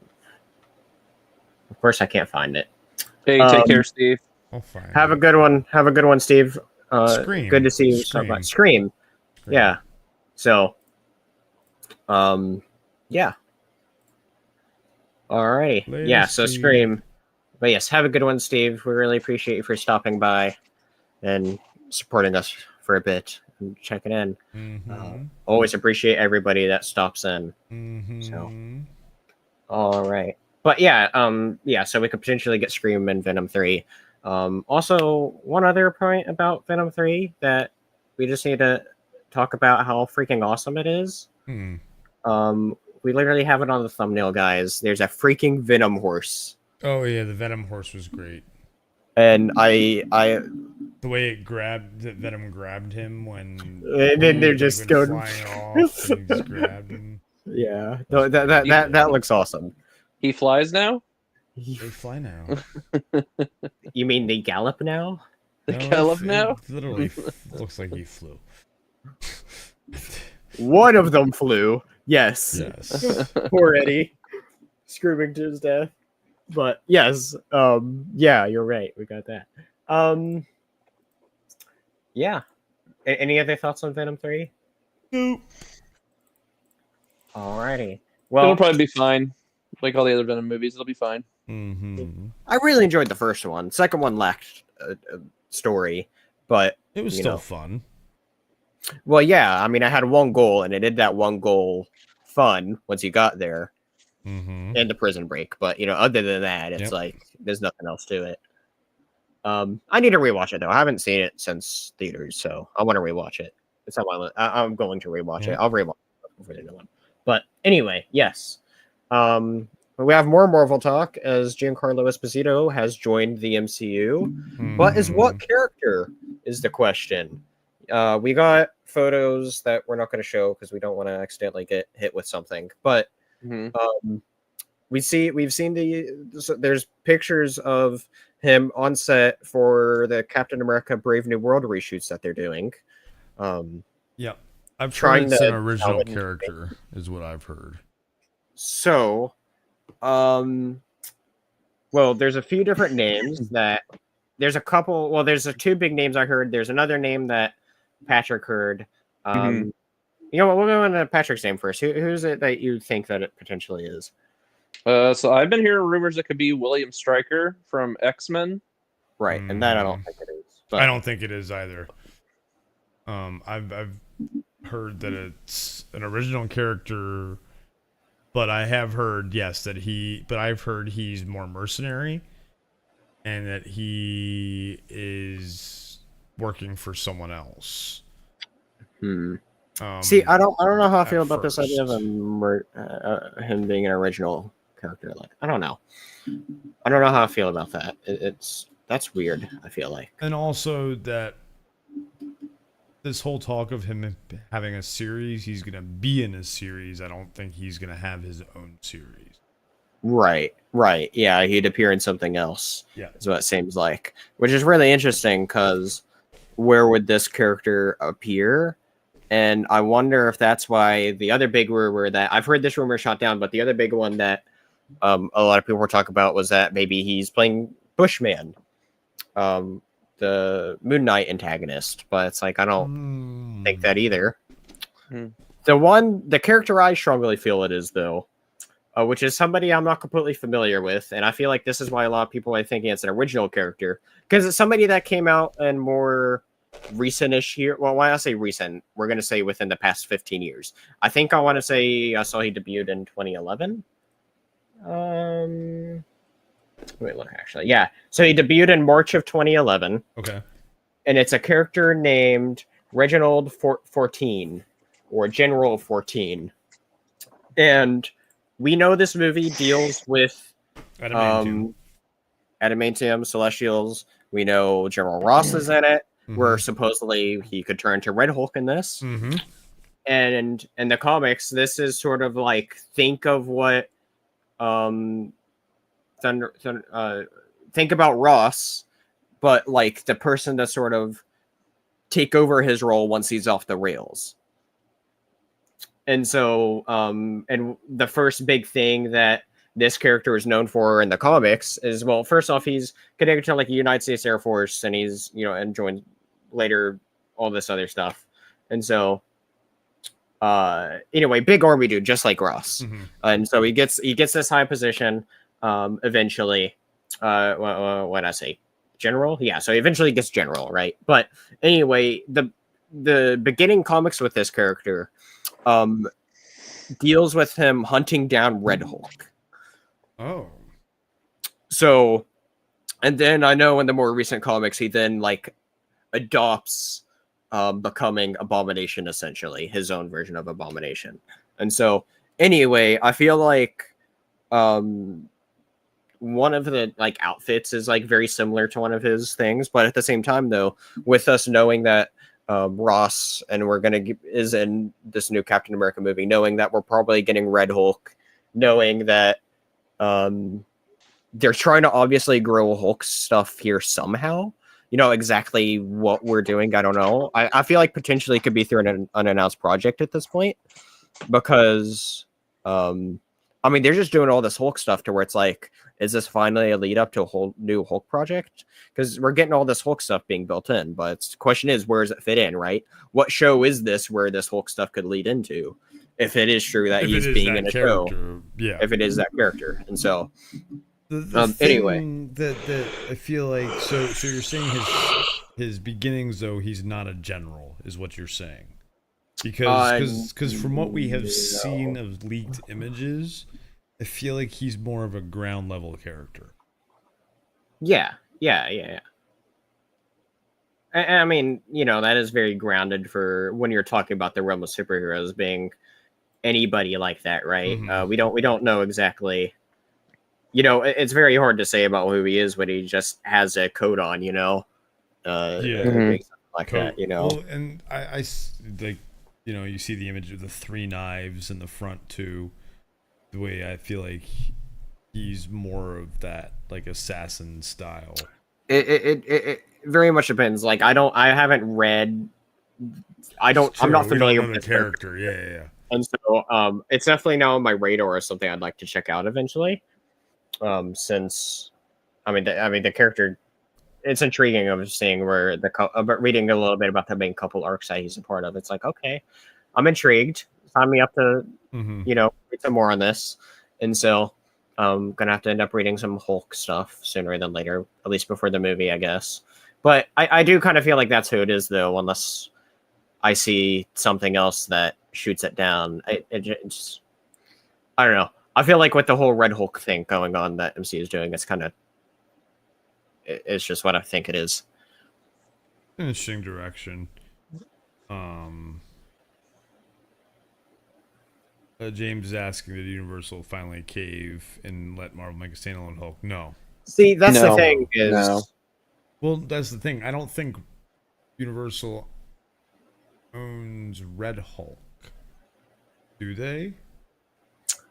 You see, they have a really weird agreement with how it is, and so I'm not completely sure what state the rights are in, because there's been a lot of, you know...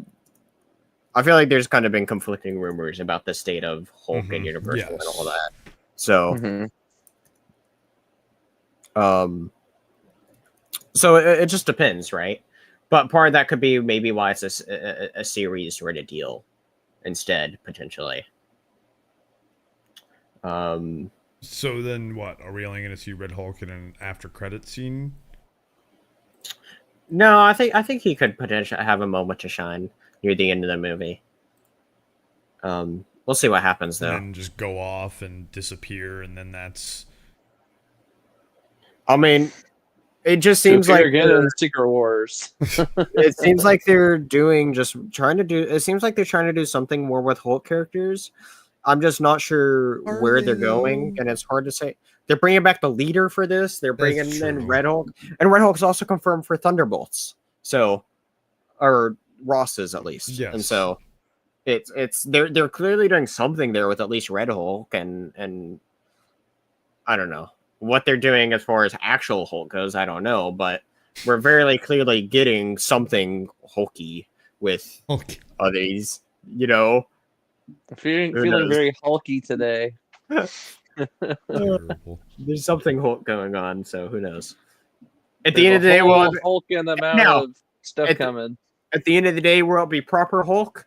Probably not. And so, see, I'm more interested in this whole adamantium side story, like the storyline, than anything. See, that's the thing, though. Like, if there is like this whole adamantium sort of thing going on there, and there's that whole thing about it being tied into like dealing with the aftermath of Eternals with the Celestial there, you know. Mm-hmm. And we'll see. Yeah, exactly. We're getting past a mania in the MCU. Yeah. That's right. Yeah, Matthew, we're gonna get the red shirt Hulk. Red shirt Hulk, and welcome in, Cat. Oh, Cat! Hey, Cat. We have a cat. Good to see you here, and Cat. Stream over. No, Stream stuff. Cat rolls in here. Nope, just kidding. We still got a few more things to talk about. Yeah, a few more. But yeah, no, I think he's this General Original dude. So but we'll see. I still think original character. I think he's Morbius from. He's Morbing. He's gonna be Morbing. It's Morbin time. He's actually Mr. Fantastic. Oscar Isaac's a red herring. Yeah. What?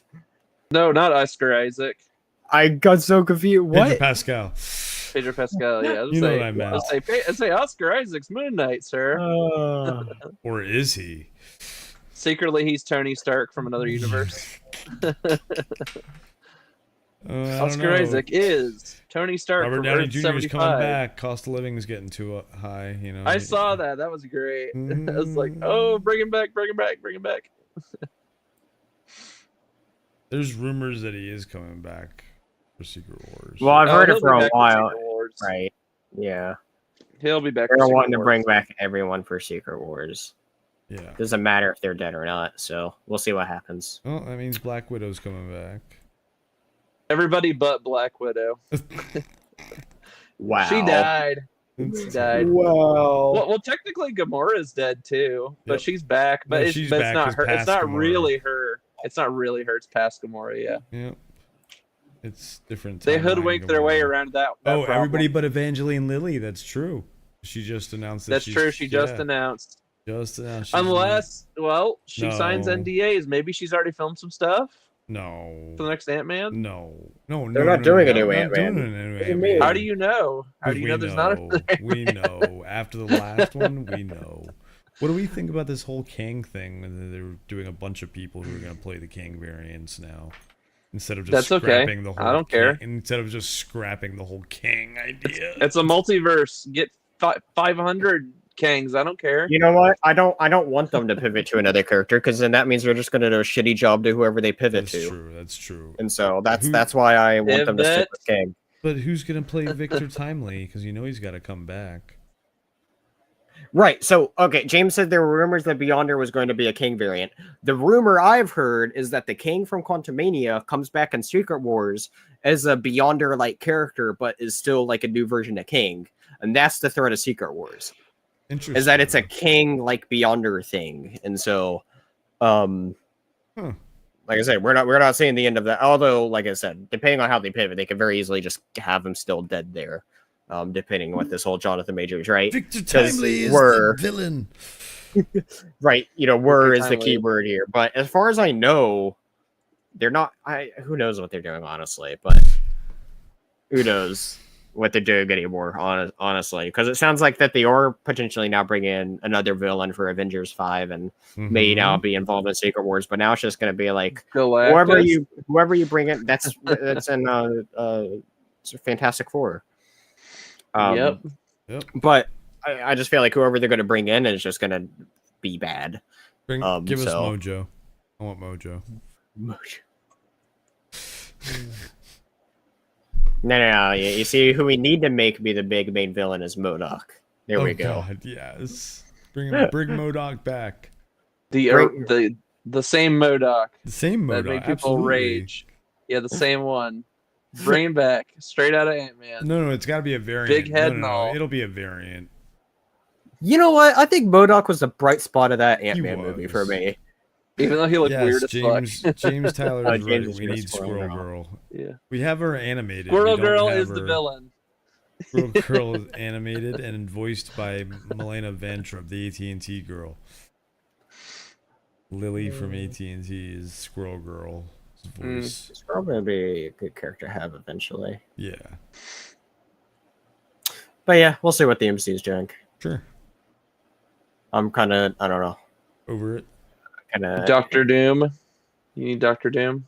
I mean, I think Doctor Doom would be great after Secret Wars, but if they pivot to Doctor Doom now, I'm going to be pissed because it's just like now, then you're wasting Doctor Doom. And I do have a fear that's what they're doing.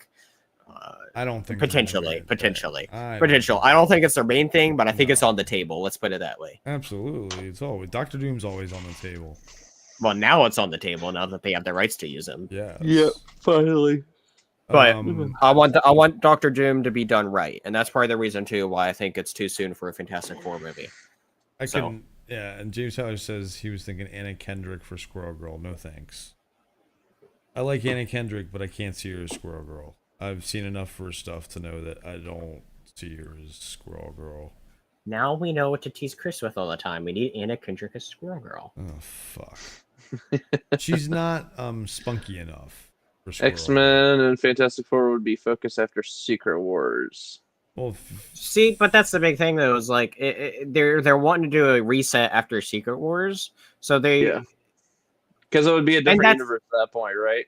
It's gonna be like remade. Think like what Crisis did. I think basically is what it is. So like what Crisis if you don't know what Crisis did, go watch my videos on Dingiston and you'll see what happened there. Yes. Oh gosh. But I feel like it's gonna be like that though. Discussion. Our big 3-hour long discussion. Yeah. But but see, that's the thing though, is like if they're pivoting to do X-Men and then Fantastic Four to begin this new universe, great. But then it's like, well, they're bringing in a Fantastic Four from another universe and then making them headline this new universe. And it's like, oh, God. This is why I think that they should have just done Fantastic Four now at this point, if that is what they're doing. Well, they couldn't have gotten it out this quickly and getting the rights. They shouldn't. I think it's still, like I said, too soon for Fantastic Four. I'm sure the Fantastic Four will be fine, but I think it's going to hurt them in the long run of this new universe, I think.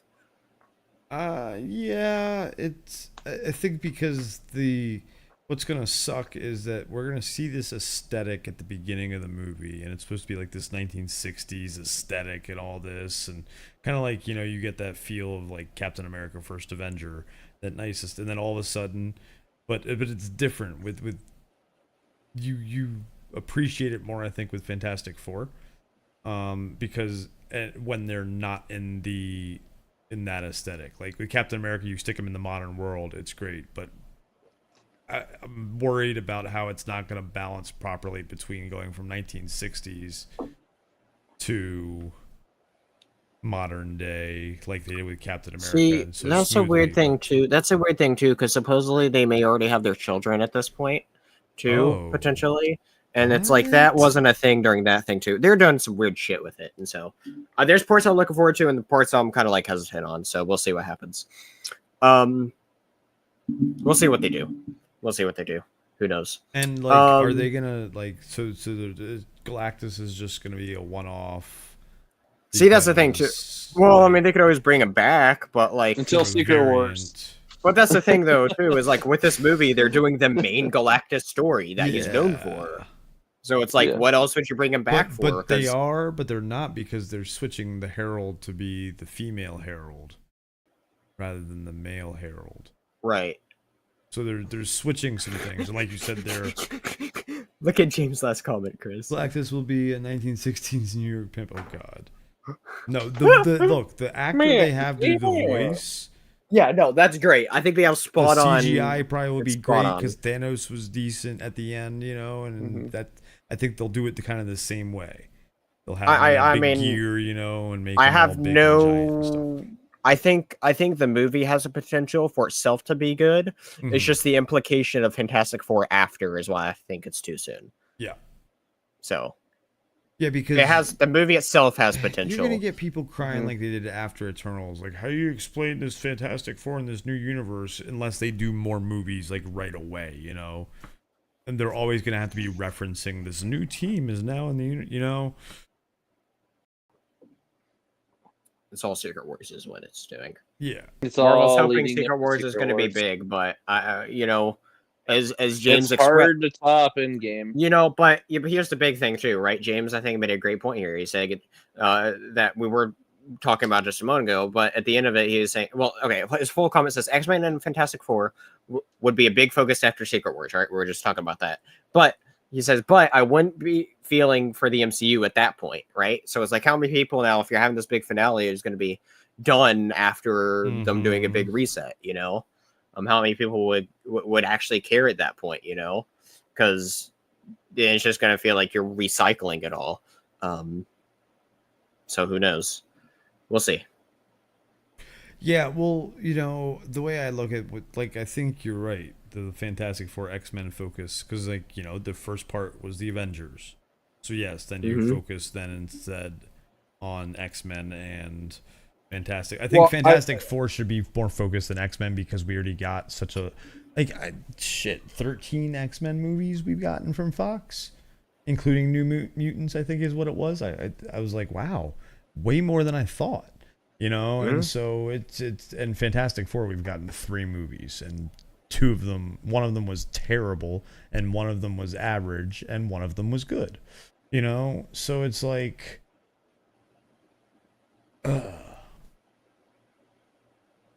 It's like, where do we go? So I say Fantastic Four should be the focus, but it's, again, like you said, it's going to be recycling. But you know, it is, but it isn't, though.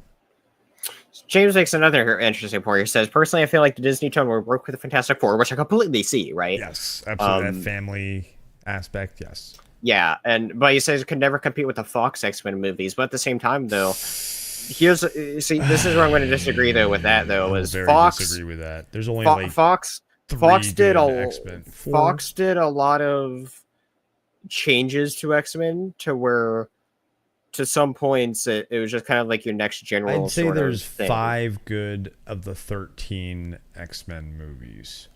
1, 2, 3.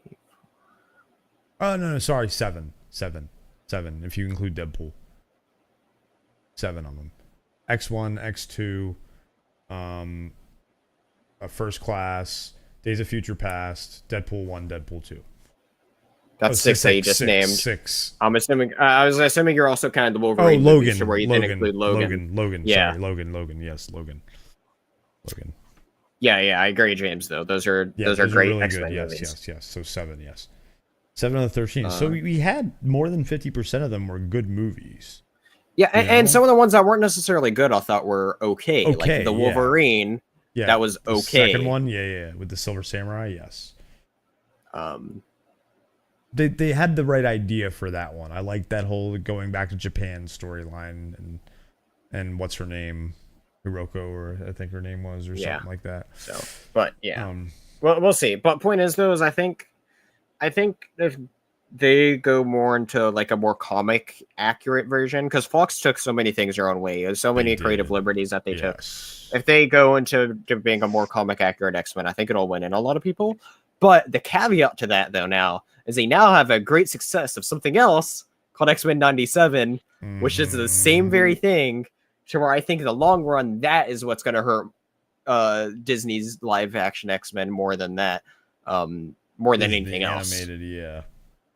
Because that's been so great adapting all that. You know, the original 90s series got a big boost of viewership because of X-Men 97, and so many of those are sure while they changed it. You know what? They were still very. It's probably you know, the Spider-Man show. Probably I started watching the Fantastic Four show again on Disney Plus. I want to go through and watch more of those. Yeah, I need to go through.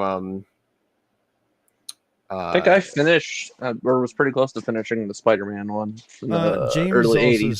says that family tone doesn't work with X-Men. I disagree. Kinda does, but I disagree. It's a different dynamic. It's a different kind of family tone, but it does, especially the way Disney has kind of changed the way they go about on their streamings. I feel like they're embracing the Fox studio a little bit more than we expected them to. So I think the Disney family tone would work with the new Disney, I think. I think so. They're in a readjustment period right now with live action content for Disney, though. That's I don't wait and see.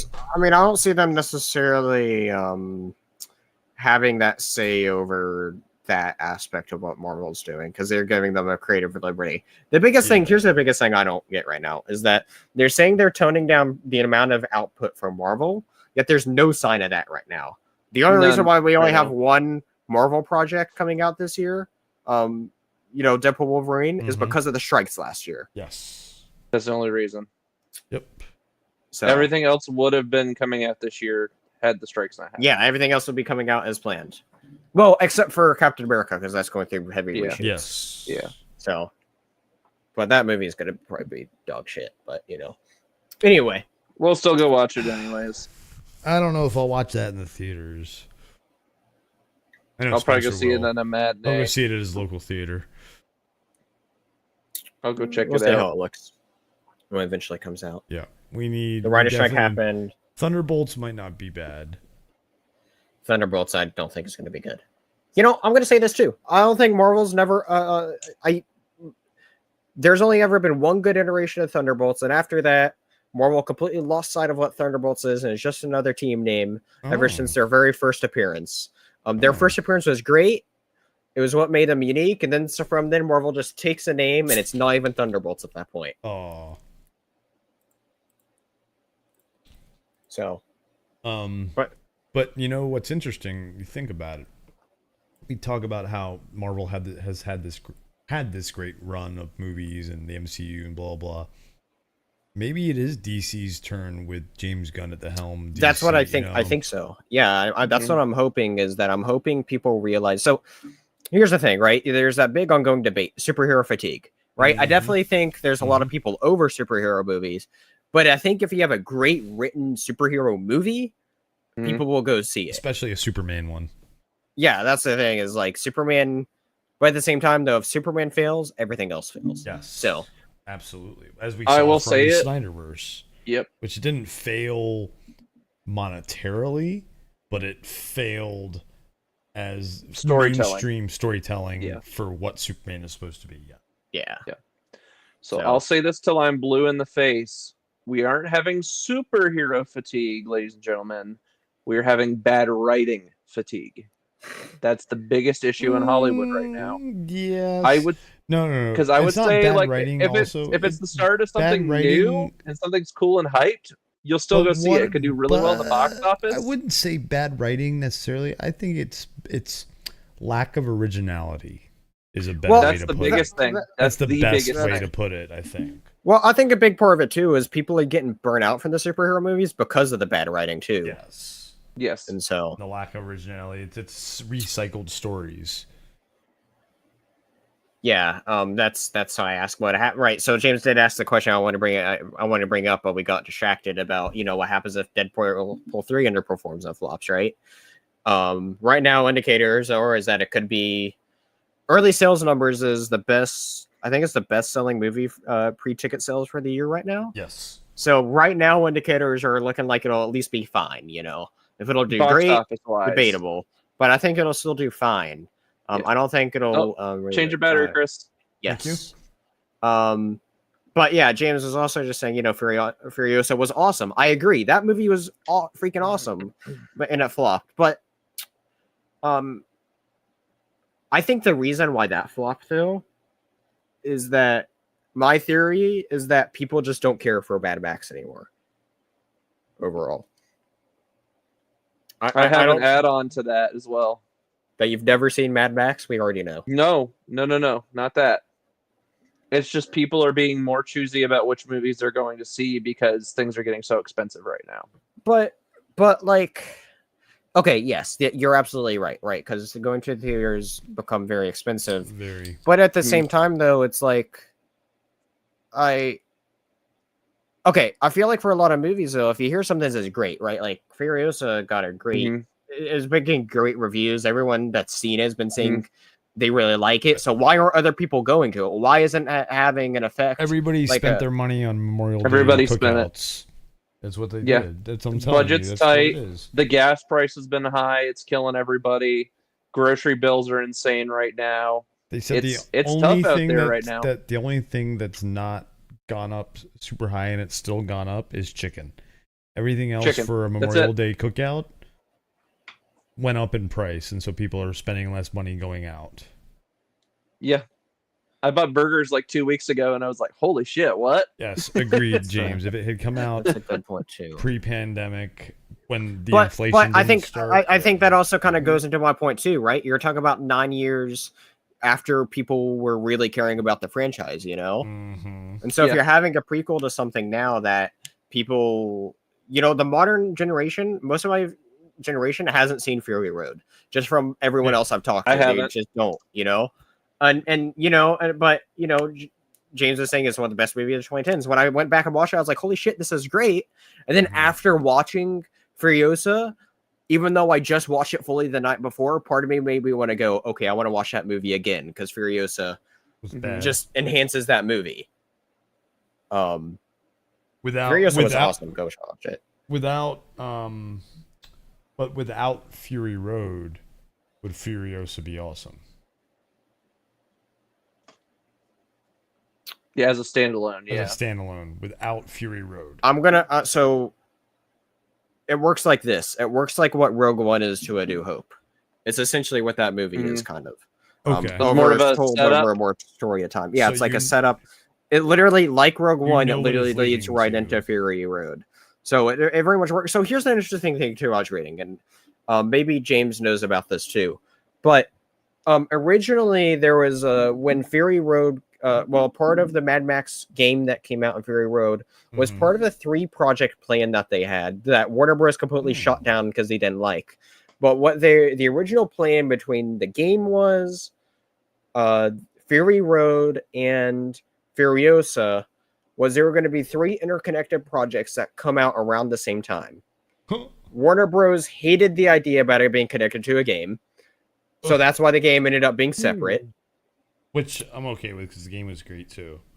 Even though and then they were like, we'll see about this Furiosa story if Fury Road does well. But then, you know, James is right. It took them 9 freaking years to get it done. Which that's too long. Years, pandemic, but what's interesting though, but what's interesting about that though is that they were going to be 3 completely different projects connected to that there was going to be a Mad Max game that was connected. You had Fury Road, but the big thing about Furiosa, and this also leads into why the movie is structured interesting in this way too, is that it was going to be an anime series that takes its time throughout the mini series that takes the time through the different periods of Furiosa's life. And what's really interesting about this movie is, you remember in the Snyder Cut, Chris, how there's like chapters? Yes. Furiosa had like chapters like that. Oh. And those chapters are essentially going to be the anime episodes that they were going to do here. Coming soon to Netflix in 5 years. No. So it was going to be a whole connected thing there, but then Warner Bros. Completely shot it down, being like, no, we ain't doing this. So But what's crazy too is to think about how well that would have worked though, right? Like, I wonder how much it would have helped the game or Fury Road being connected because of both of them being big, right? And then also having a Furiosa anime, because I think James is right though. It's the 9 years after it came out is more of what it is. But I think that also goes into it's 9 years later of where I don't think enough people care about the franchise anymore too, because we're talking about almost a decade of nothing from the franchise, and then all of a sudden you talk about a prequel to where some characters I think, who's that? So unless you've seen the movie, and then even then it's played by a different actress. Oh my gosh, I can't remember the name of who does it in the new movie, but she did a fantastic job. Anya Taylor-Joy. Yeah, I think she did a better job with the character than the original one. Magic. The voice of Princess Peach from the new Super Mario. Or I was going to say Magic from New Mutants. She was fantastic as Magic. Or she's in one scene of Dune 2. Dune. Which I'll never understand that as well. That's something else I don't understand. That's right. That's she's at the end. She's at like the beginning and the end, right? She's the in the one sort of vision scene. She's Okay. Or the girl in Split. I need to watch that movie. Split's great. I need to watch it. I've seen the other two movies connected to that, but I haven't seen Split. But yeah. Anyway, great side tangent though. Yep. We do have something else. We've got a couple other things here to talk about really quick though. We have this will be quick. We have 300 TV series is in early development. Nothing's much known other than deals are being negotiated. It's going to be a prequel of some sorts to the 2006 movie. And like I said, this is what Zack Snyder needs to stick to. This kind of stuff. Well, I'm very curious on how he'll tell a TV series, because we haven't seen him actually tell a TV series, and that's what I'm really looking forward to. It's what I'm looking forward to with there's this one Netflix series he's working on that the premise sounds intriguing, so I'm hoping that turns out good. I know which one you're talking about. Yeah, it's an animated thing that he's working on, and it's like, that sounds interesting. I wish I could remember more about it. But yeah. As James says, does this mean the Snyderverse is back? Yeah. No. The 300 verse. 300 verse. The history verse. I wonder if this is going to be like a big retcon to that other movie that they did, and it's going to be like, Snyder's like, this isn't what I wanted. What was that movie called again? Like Rise of 300 or something like that? Yeah, I think I watched it like once, and then that's... I haven't watched it, but I heard people say it's not good. It's not good. No. It's not as good as from what I remember. Yeah, 300 is great. The original is hard to 300 is really good. Yeah, and originally based from a comic by Frank Miller. So yes, yep, it's a Frank Miller book, which I hope he's involved with this project in some level. I'm sure for the TV show. Be like, hey, you, Frank Miller with the face, like, come help us with this TV show. But yeah, that'll be interesting to see if this works out. It could be. We'll see. We'll see. Next thing to talk about. Oh, here we go. Well, Pixar is...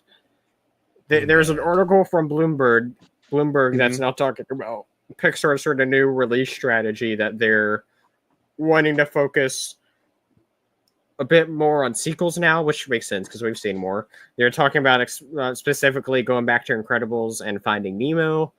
What was the other thing that they're saying? With every other title, series spinoff, the rest standalone concepts are or potential seeds for new franchises. It's interesting because there's a part 2, if I could find it, where they're talking about like they weren't necessarily wanting creator. What was I wish I could remember the word, but like creator self-expressions in their films. They don't want as much. Disney's trying to get away from that.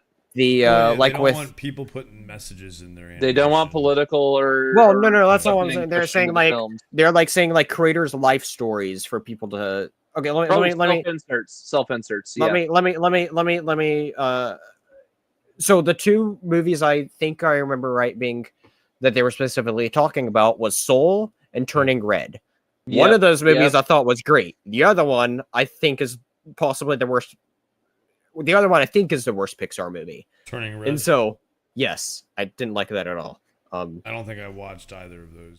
I didn't watch either of them, but I cannot stand the CalArts art style that they use for Turning Red in modern animation. But Soul is really good, though. And I think it told a great story. And so them saying that they want to pull away from some stories that work really well and that they're trying to play it more safe is like... I haven't seen Elemental. I don't know. I need to. I've heard it's good. The biggest problem I heard about that was that it wasn't marketed right. Is the problem I heard, because what I heard was that what they showed wasn't necessarily the main point of the movie. So we'll see. I haven't watched it. I've heard good things, but I've heard also some people say it's just not their thing. Okay. So I do need to watch it. I'll watch it here sooner than later. I need to. I think it's one of 2 Pixar movies I haven't watched. So. I'll need to get around to watching that. Spencer. Kids Corner. Here we go. Go to the... No, never mind. I'm not... no, we're not going to go there. Welcome to Kids Corner with the Go to the corner, kid. I'll meet you there. Oh, God. Is there a white van in the corner? It's got candy. I'm going to go Blair Witch in the corner. Oh, God. You're going to have shit dripping out of your nose. You're just going to see my back, and you're just like, what's going on, man? Then you're gonna turn around, nose dripping out. Welcome to our special guest, Freddy Krueger. Freddy Krueger. It's funny. Hi, kids. You know, James was just saying though a minute ago. Where's my Frozen spinoff? God damn it! You know that's an incredible thing that could work. Movie. Yeah, that would work. That would work actually. Disney Plus show. Make it happen. See, that's a big thing that I think Disney's having problems with. Is like Samuel Jackson on multiple occasions. He has a love for the stuff that he's done with, with with what he's done with Disney, at least for what I think of, Frozen and Mace Windu. He's like, yeah, I'll come back and do those. I don't understand why Disney's not taking advantage of Samuel Jackson, especially Lucasfilm with Mace Windu. It's like fans want him back. He wants to come back. Why the fuck aren't you bringing him back? It must be his price tag. That's the only thing I can think of. Disney. Maybe he's too high. It's Disney. It's Disney or Lucasfilm. Well, they're hemorrhaging money right now, so they're having to kind of readjust. Not like that. They lost what was it, $60 billion? Yeah, they're not hemorrhaging money as bad as you think they are. Well, it's because they got additional investors back in. That's the only reason. Which we'll see what happens with that because of all the stupid drama around the Disney board of execs and all that stupid shit. But we're not going to get into that. That's they a topic for plenty another day. of money to pay Samuel L. Jackson. Let's put it that way. And if they don't have it liquid, they have it in credit. They have it in credit in some way. Someone will give them the money.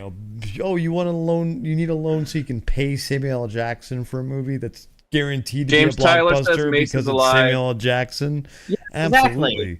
Exactly. I see. That's the thing too. Is and I know it's a Lucas thing, right? But like the way that he died was so freaking dumb. Or saying that he died from going out a window. Yet now in this new Disney era, people are, survive. Cloning and they get stabbed by a lightsaber, but somehow survive. Patrick's right on the nose there. But you guys don't understand. He got pushed right out the window. Out. Patrick, out. And that's the end of our show. It's been great, guys. It's been great. We're done. Show. We're done after that. Oh, God, Patrick put some pants on. No one wants to see your chicken legs. All right, guys. KFC's back in the chat. Oh, my God. This is an X-rated show now. Oh, my God. Elon Musk just approved some stuff. We can talk about that on another pod. No, we're not talking about that. It's not X anymore. It's triple X now. Oh, boy. Matthew needs some Windu Deck smile. Windu Deck. Anyway. To clean your shattered glass? Some yeah, we'll quick fire through these really quick. Baldur's Gate 3 getting official mod support. That's pretty cool. But it's cross-platform too. That's the big thing. That's gonna be great. Cross-platform too, and so that'll be cool when they bring that out. Are we getting cross-play though? Wait, hold on. What? Well, Triple they X they State are of the working on Universe. crossplay. That's just They are still working on taking a while. crossplay, so that's good. They have confirmed that, Uh, and I think they're not the latest blog, but the one before they did give an update Okay. reassuring that they were working on it. Because I looked it up not too long ago, curious about it. Got you. Was there something I else? reassure you, mod support say is coming. before I brought up Baldur's Gate? Because I don't think there's. No, I mean it's just. I mean, here's the thing. The only other thing that I want to that I can really equate it to is like they're being really smart with. I think this move of doing this community mod support thing there on console, because the only other big game that I can really think of that console does is the Bethesda stuff, you know. Yes. And them not giving a middle finger to modders, freaking amazing. It's how you grow more games. Absolutely. More studios I'm need to very learn excited that. they're going to have the because then I can get rid of all those unofficial mods that I have, and all those modders. But all those modders that did it unofficially will be able to do them officially now. Probably. I'm sure there'll be some limitations. At the end of the day, it's going to help the game grow even more and bring more possibilities than before. I'll probably want to, more bear sex. We'll probably start another exactly through, you know. Or yeah, I think once, official mod support comes. Yeah, it will give us good reason to go back to it and be enough time since we last played. Absolutely. All right, Minecraft, go for it. Yeah, so let me see here. I'm trying to remember all of it. What's the next update? Minecraft is just getting some new stuff. They're introducing like a whole new like random place you can find called the trial chambers. We're getting new mobs. It's kind of like a like tornado sort of looking dude with a face. Little thing there called the breeze, and we're getting a new bogged enemy, which is like a skeleton thing. There's a special vault thing, different like loot and different ways to like customize armors and stuff. Oh wait, actually no, I think that's already been there. But they're adding in like a new potion thing, and they're adding in a mace as a brand new weapon. So adding in all sorts of other stuff here. Oh, and wind charges is a thing now too. So right. So yeah, more additions to Minecraft, which is cool. Still don't have the ray tracing on console yet for the main bedrock, but it's coming. We'll see. Didn't they cancel that? Eventually, my blocks will glow. Because you're talking about, I think they did a while ago, actually. Did they? I thought they were still working on it. Well, it's that one thingy that they were doing. Because you're talking about it through a special texture pack, right? Yes. Yeah, they canceled that thing a while ago. Okay. Because I remember being disappointed by it. It's like, why? We play on PC anyway. But considering the marketplace stuff that we're getting though, that they're helping do, and like if they're gonna, them allowing stuff like that, I'm okay with that trade-off. True. So actually, no, I'm not just okay with it. I'm good with that trade-off. I think I'd rather have that stuff than better visuals. Which don't forget to go claim your free shit. I don't know how much longer it's gonna be. Oh, I had to do I'll it weirdly too. Like I couldn't just go into the game and do it. I had to do it through the launcher.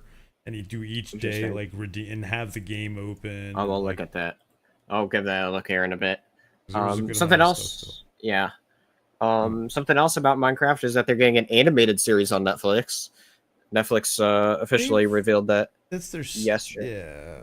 Well, well, the other one was it not just remade version of the game though? Because there's a story mode. Yeah. So, well, this is like an actual meant for TV series that they're doing. Separate than the movie. So it's wild to think that next year we could have a Minecraft movie and a TV show. And the movie's gonna be live action? Or is it animated? I think it's live action. Oh my. And Jack Black and The Rock. No, Jack Black and Jason Momoa. Jason Momoa, that's it. That's right. Who and knows? Jack Black Steve, right? You'd think so. One definitely looks more like Steve than the other. Yeah. And I think has more appreciation for the role. Yeah. We'll see. We'll see what happens. But yeah. Not Jack Black and Roman Reigns.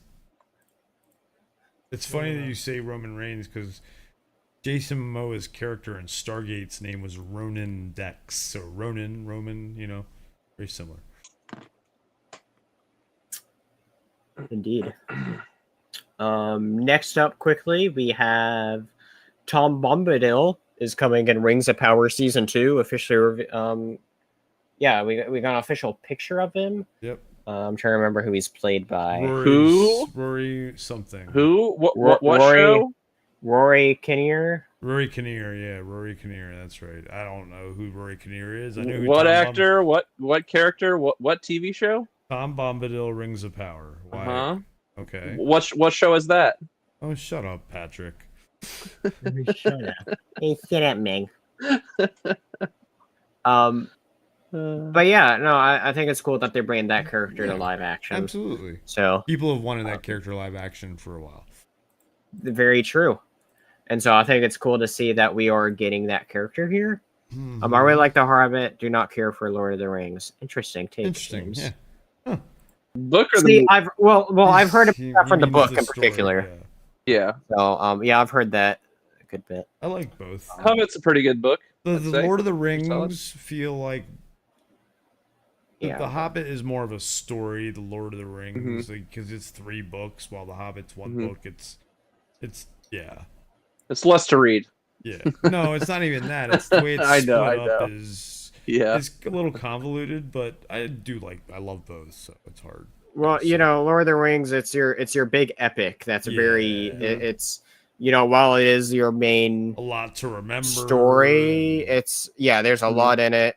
It gets a lot more deeper into the world and details than Tolkien's very descriptive in both. Yes. But you get a lot more like world details of it's like more what's going macro, on. while Hobbit's more micro. Right. And I think that's why a lot of people prefer Hobbit more, because it's read more like of what you typically expect from a book versus Lord of the Rings just gets into it a whole lot more. Yes. And so but yeah. Yep. All right. Next. Next up we have writers for the Lanterns DCU TV series revealed, which is definitely what I'm most looking forward to out of the DC shows. But we have 3 writers. We have Chris Mundy, Tom King, and Damon Lindelof writing. Let's see what they're from before. So Tom King is a comic writer. Yes, we know that. I've actually been liking his stuff that I've been reading recently. Nice. Because initially I didn't like some of the stuff that he wrote. People loved the Mr. Miracle series miniseries he did. 12 issues. I remember reading it and I'm like, I didn't care for it that much. His take on Batman's okay. Heroes in Crisis, or not Heroes. What is it called? Heroes in Crisis. Heroes in Crisis. That story is awful. It's like the one story that I'm like, if there's one story on my shelf I regret buying, it's that story, and that's written by him. But what he has wrote that's really good too, and I'm sure he's helping with it, writing it as well, is he wrote Supergirl Woman of Tomorrow, which is getting the movie adaptation that we're getting now. And so I'm sure he's helping adapt that into a movie as well. And so, and that was, I think, the best thing that I've actually like read of his that I actually genuinely really liked from him. So, well, that's the inspiration for, wasn't that the inspiration also for this, for Snyder's Supergirl a little bit? No, this is a more recent series. It came out afterwards. Okay. So, but yes, James is saying Lindelof is the former writer of the Ray movie. Yes. Yep. Oh indeed. gosh. Before they went and I'm not going to get into that. King That's a whole Batman other and bunch of Elmer problems. Fudd. Yes. Look at that. Yep. Batman Look at and Elmer that. Fudd. Wascally Wabbit. So he was an executive producer and showrunner on Lost. Damon Lindelof. Yep. He worked with JJ. Yeah, I'm just trying to see what else he's known for right now. And what about aided in some development of Once Upon a Time. So Monday he co-wrote the screenplay of Prometheus with Ridley Scott. Interesting. I like Prometheus. It's a good movie. I think Prometheus. Speaking of aliens. Yeah. Speaking of. He also helped with Star Trek Into Darkness, as well as wrote the screenplay for World War Z. Where was he? Movie Brad was Pitt. good. Into Darkness was okay. Honestly, I mean, from what I haven't seen any of those movies in years. Like last one I watched was probably Beyond when it came out, but I remember Into Darkness being my favorite of them. Besides the first one, including the first one. Really, you like Into Darkness better than the first one? From what I remembered, but that's years ago since I've seen them, so I'd have to watch them again.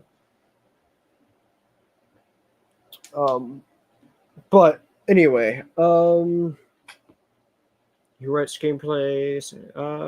He went with Tomorrowland, which I heard that was awful. I think Tomorrowland. I like Tomorrowland. I heard a lot of people did not like that movie. He co-created the HBO series The Leftovers.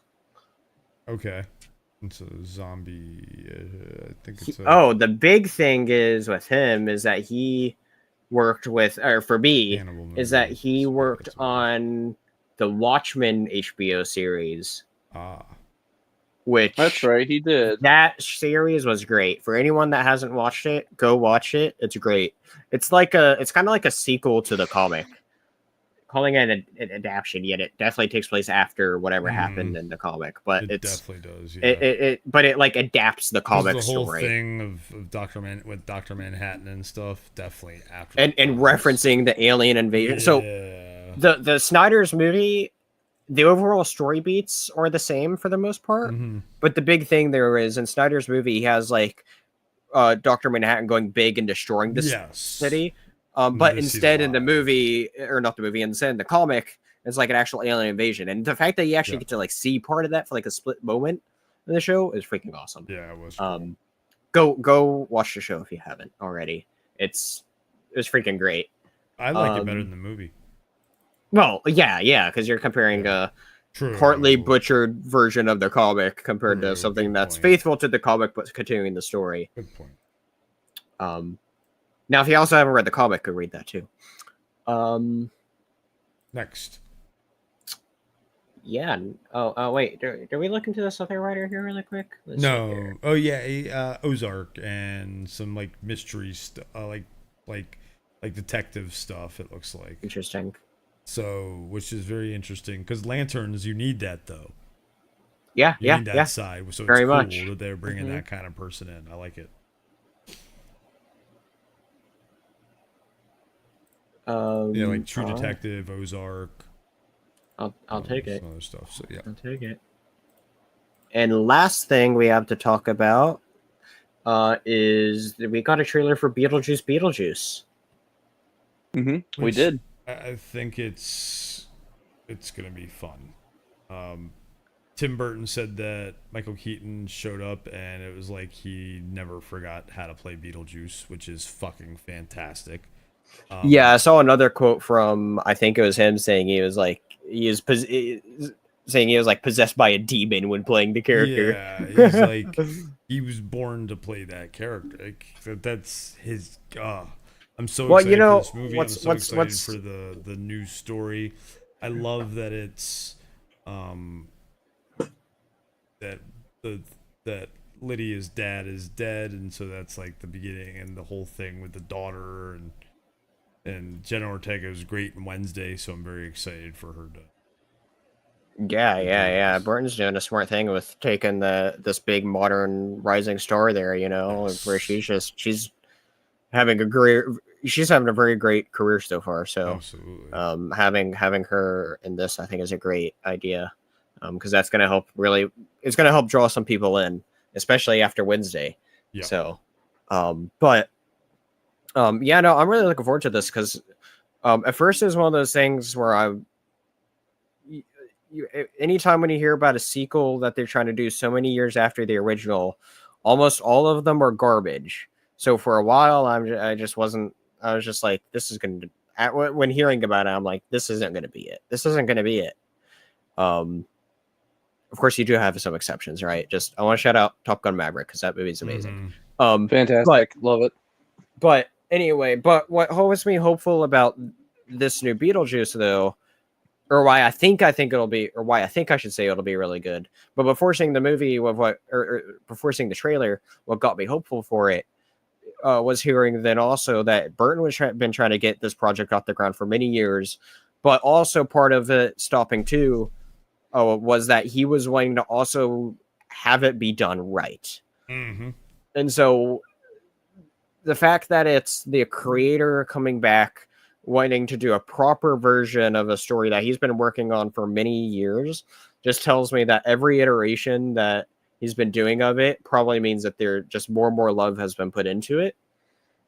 Yeah. And I honestly think that shows very much in this full trailer that we got, of where the whole trailer, it feels like Beetlejuice. You have Michael Keaton back there. You have so many of those characters back. You had the tiny head dude back. Yeah. You have them back. You had the big worm thing back. Characters from great actors like Willem Dafoe. Willem Dafoe's in it. Yep. Danny DeVito appeared in there for a quick snap. Don't you mean Wolverine? Wolverine? Yes, my Wolverine. My Wolverine appeared in there for a quick moment. So the only Wolverine Danny DeVito is playing is a CGI actual Wolverine animal. No. He needs to be Wolverine. He should be. In the claws. So yes, Beetlejuice is gonna be fun. It's gonna be I think just like Top Gun Maverick, a good sequel that's gonna make you feel like you're reliving the original as well. I hope we get the giant worm back. Did we see that in the trailer? Yeah, we did. I think we did. What is really cool though, and this is off-putting to some people, but I find it awesome, is that they're doing as much practical effects as possible. Yes, and so some people, like with the worm, they're like, "This looks awful," but it's like it's practical, like it was. Yeah, It's all practical. You're trying to make it as much as possible. It's almost kind of like taking it back to the time when you watched those movies originally. Absolutely. To kind of like that's the point. Yep. Make you feel like you're at home again. Well, like, and this is it. I'm home. Spencer brings up a good point though, that the Jenna Ortega thing, because it's going to draw on the younger crowd, which is going to then also make them go watch the older movie, which is going to make them appreciate the older movie, which is then going to be like, oh wait, what else were these people, and then go watch other older movies, and it's just going to be this great chain reaction. And then finally everyone will start watching good movies again. Right now, the only people only know Alec Baldwin is the guy who shot Helena Hutchins. This is true. The set of Rust. They don't remember when he was the great and all-powerful boss baby. Well, but they don't remember also him in Beetlejuice, and then Gina Davis. They're going to see Gina Davis, and then this is true. This is true. When I hear Alec Baldwin, this is very much true. So Alec Baldwin actors, killed a lady. And Michael Keaton, even they only know him as Vulture, and not a lot of people know him as Batman, and so like they'll go watch Batman, and it's like this is just gonna. I think this movie is really gonna introduce a whole couple of generations, to some actors that aren't really as appreciated now as they used to be. Could be interesting if that happens. Oh yeah, yes, he was in Flash. Was in Flash, true, as Batman. I was about to say I didn't necessarily agree with that statement, but I think well, other roles of his, sure, maybe. We'll see what happens. Yeah, I think it'll be really good. Like what Furiosa did for young people checking out the old Mad Max movies. Exactly that, and I'll be exactly right. Yep. Yeah, I think it has it. It's definitely, I think, up there for most anticipated movies of what's left in the year. Yes. Deadpool 3 is the top. Deadpool 3 is right now the top, mainly because of a yellow suit. Alien Romulus is up there. Yeah. Beetlejuice is up there. Hey, don't you mean Popcorn Bucket? Oh, Kraven the Hunter is your top movie of the year. Top movie, can't wait. Same day, though, if we're still getting it. Because we haven't. Well, I know we're going to get something soon on it. The animated Lord of the Rings movie. Oh yeah, so that'll be cool. Yeah. We're getting a Looney Tunes movie sometime soon. We are, but not the one we wanted. Not the one we want. Not the one we wanted. If this movie's not great, I'm gonna be so mad that because apparently I'm giving the movie a chance, but because look, if Acme versus Looney Tunes was Coyote vs. Acme. Coyote versus How Acme. can you finish a movie and not put it out? Well, they did that with what pisses Batgirl me too. off. We're not even going to talk about that. Yeah, that's for a but- different reason. Well, yeah, but no, it's all for a tax write-off. That's why they shelve them. That's why do they them. do it. But yeah. the thing with Coyote versus Acme, that movie got rave pre-screening reviews. Rave. Very high. Very Rave. high. And it's like... People even saying that it made them cry, too. Yeah, like... What are you doing, Warner Brothers? Fucking Sounds like Zaslav doesn't know somebody what at the hell he's doing. top just said, nope, shelve it. Well, that's the thing, is the people that made the decision either A, didn't watch the movie, or B, watch earlier cuts of the movie. Yeah, that's gotta be it. Yeah. So, But yeah, there we go. yeah, That's an episode. That's the episode. That was a great episode. Nice, nice little crowd showed up to watch us. Thank you for coming by, folks. Thank you, everybody who stopped in. And anything else anybody want to talk about? Bring up real quick? Anything? Yes. Yeah. Stay tuned for the Dingus Den, where I'm going to be having out a new video here sooner than later with Chris, as that's going to be the next video that I put out. As well as check out when I get it done afterwards, because it's still going to be a little bit for part 2 of the beginnings of Chris Claremont's X-Men. But if you haven't watched part 1, go go to the Dingus Den, go check out beginnings of Chris Claremont's X-Men, and check out for more. Keep an eye out for more content there. Also, one other thing I want to highlight. I'm going to get the link to this here actually really quick, but over on the Red 5 Tavern, 2 days from now, on Friday, I will be running a one-shot called Gibble's Cruise Askew, which Gibble is the character that I've been playing over there, and we have like a little bit of a season structure there. So in between seasons here, we kind of there's a bit of a break going on, and so, anyway, to fill this void, there's a couple. We did like a special crossover with another D&D group. We did that 2-3 weeks ago. That was a lot of fun.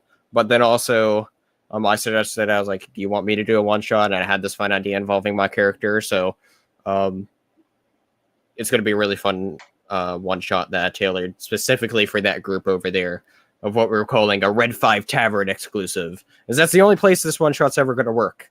So go check it out. I'm really looking forward to it. I'm doing some fun stuff in that. I think it's going to be an awesome time. Just all dicking around on a cruise with some crazy shit to happen. So go check us out right over there. Check out go give them a subscribe, and come check us out playing D&D. Because I think our main season, so we play on Fridays. People switch in and out every week, and I believe season 3 is starting a couple weeks from this Friday, I believe. So you'll give it a watch. Do it. Do it. Patrick, anything you want to say? So I was gonna say you might see some backlog voyages, but with all the content we got going on this weekend with Chris and the streams, probably not this weekend. Yeah, it might be platform. late next week but I don't want to split the audience. I want to keep them here with you. Well, but I'm only going to be doing it at certain event times, so you got mornings. You can still do it afterwards or after. before. I'm going to be sleeping. Stop in the making excuses. So. In the mornings, you're going to be sleeping honest, when you first get off of work? Yeah, dude, I'm fucking bushed. I don't want to do fucking shit when I get home. I eat and go right to bed here lately. Lately. So yeah, sometimes. I probably won't be. I haven't been staying up like I used to. So yeah, it'll probably be disappointing our fans, Patrick. Shame on you. Okay, I'll split the audience on Saturday. Sounds good. If they want to see me on 2 separate monitors, cool, we'll do that. But Yeah. What the fuck are you talking about? I'm talking about doing it before or after is what I'm saying. You're disappointing the audience, not splitting the audience. I'm probably Jesus Christ. not Patrick, going to do. calm Unless down, it's a late Patrick. night thing. Patrick, calm down. We're just if fucking it's a late with you. night thing Just that fucking works with you. with my schedule, Just fucking with then you. maybe. Just It's a fucking with maybe. you. Just fucking with you. Holy Maybe. shit. Just Maybe. fucking with you. So stay tuned on the socials and the Discord. Patrick, Yeah, I'll be the last Jedi. I will be the last Be Jedi. the last Jedi. Split the room. Yeah, I'll split the audience like Ryan The Johnson on a audience. Thursday. Be like the last Jedi. What the hell? All right. Anyway, we're leaving. Good night. So, Are we we'll be leaving? back with more stuff. Are you sure we're leaving? I think so. Are we? Okay. Wait, did we just do a podcast? I don't know. Are we? Where are we? Who am I? Who are you? Where are Who you? am I? I don't know Did- these guys. Did I just who's- talk for 2 hours with these random strangers? Is that Gene Simmons? What? Huh? I don't know. What?